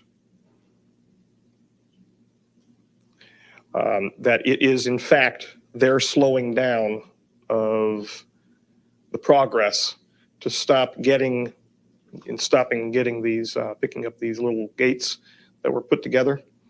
That would be our downfall in 2012. Okay. Do you want to say anything further about the Stargates or their use in 2012? Well, Bill, He's like, no, motherfucker, I can't. what can one do for me? Yes, exactly. I would be very happy and very relieved to feel as though I was responding to the elected government of the United States of America with what talents God's given me. I'm responsible to the people of the United States of America. The nature of the information to which I'm privy is sensitive enough that the full disclosure of that information would have to be done in an appropriate location and under appropriate circumstances. Certain military application information would have to be done in a closed session milieu for the national security.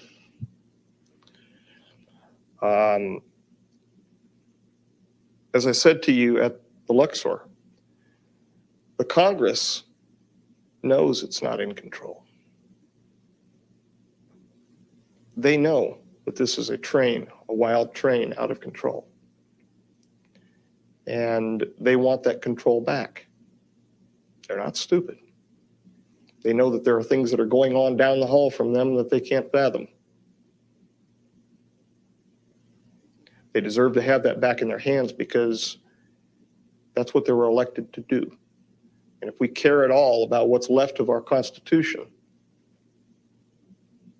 they deserve to have that in their hands. Aren't we the masters of our destiny in our country? Aren't we supposed to be? Yes, sir. Supposed to be.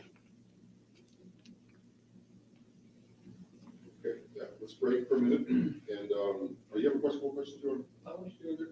Yeah, okay. Right. How you doing? It's cool. Good. This is what to do with them. I hate these lights, but I'm fine. Just a little bit longer. I expect, no, that's fine. I expected the largest light I would have would be a CRT. I was comfortable with that too. I'm quite interested in the, if you could describe for me sort of what it was like when you were first introduced to J-Rod. You actually sort of walked in, presumably that he was in the clean sphere and you were kind of taken into that part of the facility. What was your reaction when you first saw it? I thought it was an insect. That's fine. Whoa, what about an insect? An insectoid? Wellington, I went to Dover Grammar School for Boys. On the hill over Dover. 4 years. Yeah, indeed. We were right above Dover College, and they had all the girls down at Dover College. Right. It's a little boys' school, I think. Yes. Yeah. Wellington. We were not allowed to communicate with the females in the village. We had grand. Dan was chasing tail. I'm Chasing pretty tail. sure the insect comment had to do with something with the lighting there, but Damn. maybe could have been insectoids. Let's see. Take it back 30 seconds. What was your reaction when you first saw it?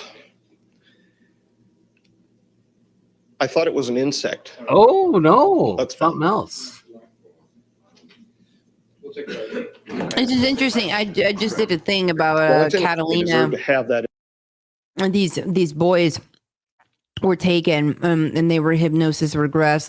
They say basically they had been abducted like right around Catalina and taken somewhere, and they were like it wasn't a ship, it was like in a cave, it was beneath the earth, but they talked about these insectoid beings, like mantis like insectoid beings that oversaw it.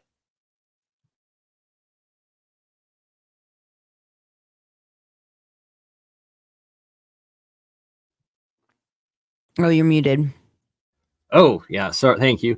Yeah, I've heard a few stories of insectoids over the years, and it's pretty creepy what could be laying beneath us. Andreas talks to someone, talked to a woman. Gosh, I can't remember. I don't remember her name, but she talked to like mantis insectoid beings from the future, and it's a really good interview. You guys got to go check that out. Yeah, that's my homework for the new year. Also, Dick Argyle, is it? He does crypto. Yeah, the remote viewer. viewing. Yeah, the remote viewer. He follows me. He's it always struck me his remote viewing of the construction of the Pyramid of Giza. He in the recording he seems to encounter and experience a mantid alien that was like somehow in control of it and like could transcend time with like detecting his presence while he was remote. From what I gather, okay, I always say that the mantis, those type beings are they're like the anesthesiologists of telepathy, like where they could stand above you, and they're so much more powerful. Where I mean, I could go out. I've said this at places. I've said this before, but I'll say it again. But you hear certain people, you hear people talk about reptilians or whatever, but from what I've gathered, these insectoid mantis type beings are like above that. Like they're more powerful than, well, at least their powers and abilities are. So they can make you like completely paralyzed. Like I said, that like, imagine like the anesthesiologist of telepathy. Yeah, so there's power of that. Like they could literally be there, and they can make you completely numb to certain things. Where you hear of these reptilian beings, they could shoot out some strong sexual energy, like energy gasms, and they're very telepathic. But making like I just feel like they don't have that ability of making you completely numb and being able to oversee exactly what you feel. So to me, there's more power in that. And then you hear of these, like the Hopi prophecies of these ant-type beings that take humans beneath the earth before a certain cataclysmic event reset. Right. And so you tie the ant people to the mantis beings because you would think you could depict one or the other like it's interchangeable. It'd be similar. Or I get a similar energy from it. I don't know about you. right? I'm not sure. I don't know if that's two separate or one single, but like it could essentially with like the hive mind aspect of it, how they have like the larvae and stuff potentially, right? It could be that, and that just ties in even more to some of the depictings on Mike's stuff at Alien Carvings that seems to depict exactly that, and that the ant and the mantid were almost one. And the from the testimony of people that seem to have interacted with these mantid entities telekinetically, that they seem hive mind like, or like more social than like the single mantis that are insects that we have today, if that makes sense. Like it seems like they're more on like the hive mentality of like an ant hive sort of thing, like a queen mantid essentially.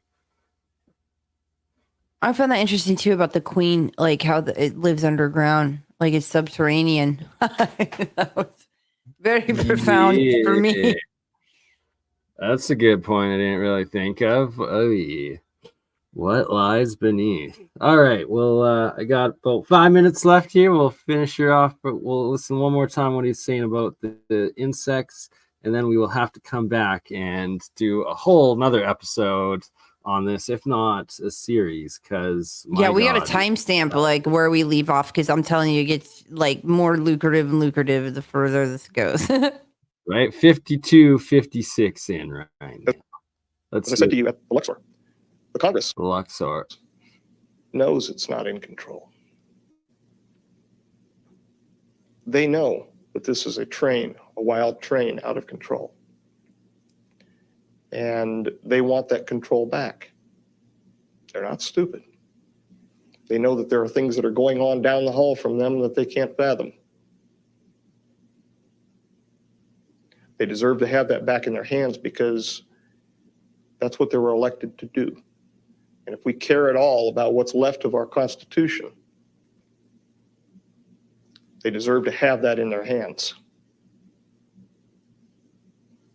Aren't we the masters of our destiny in our country? Aren't we supposed to be? Yes, sir. Supposed to be. Okay, yeah, let's break for a minute. And are you have a question? More questions, Jordan? I want you to do it. Yeah, okay. Great. You want a break? How you doing? Let's go. This is what to do with them.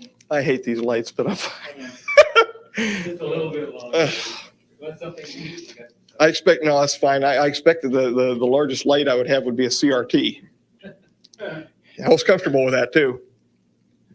I'm quite interested in if you could describe for me sort of what it was like when you were first introduced to J-Rod. You actually sort of walked in, presumably that he was in between sphere and you were kind of taken into that sort of part of the facility. What was your reaction when you first saw it? I thought it was an insect. Sorry. That's fine. We'll take it. Okay, let's take a break. Wellington, I went to Dover Grammar School for Boys. Oh, really? Dude, what was the line before? I thought it was an insect. Indeed. We were right above Dover College and they had all the girls down. Right? It was like it was edited out. Right? It was when they paused the recording and then just as they turned the camera back on, by the sounds of that. That's man, to be a fly on the wall, to know what he was talking about with Okay, that. so we left off at 54, 56. So whenever, if we pick up, okay, we got to remember where we left off. And we will be picking this up and doing another episode of this in 2024, maybe this first week. But on that note, thank you, Julia, for joining, and thank you everyone out there watching, and wishing everybody a blessed 2024 and new year. My dog's going crazy in the background, so any last words, sister? Happy New Year. Happy New Year. And thank you for geeking out. I'm sorry if this bothered. No, I'm not sorry. I was going to say I'm sorry if this bothered anyone. But Right, I well really love done. this information, and I hope you enjoyed it as much as I did, or at least half as much as I did, because that still would be a lot.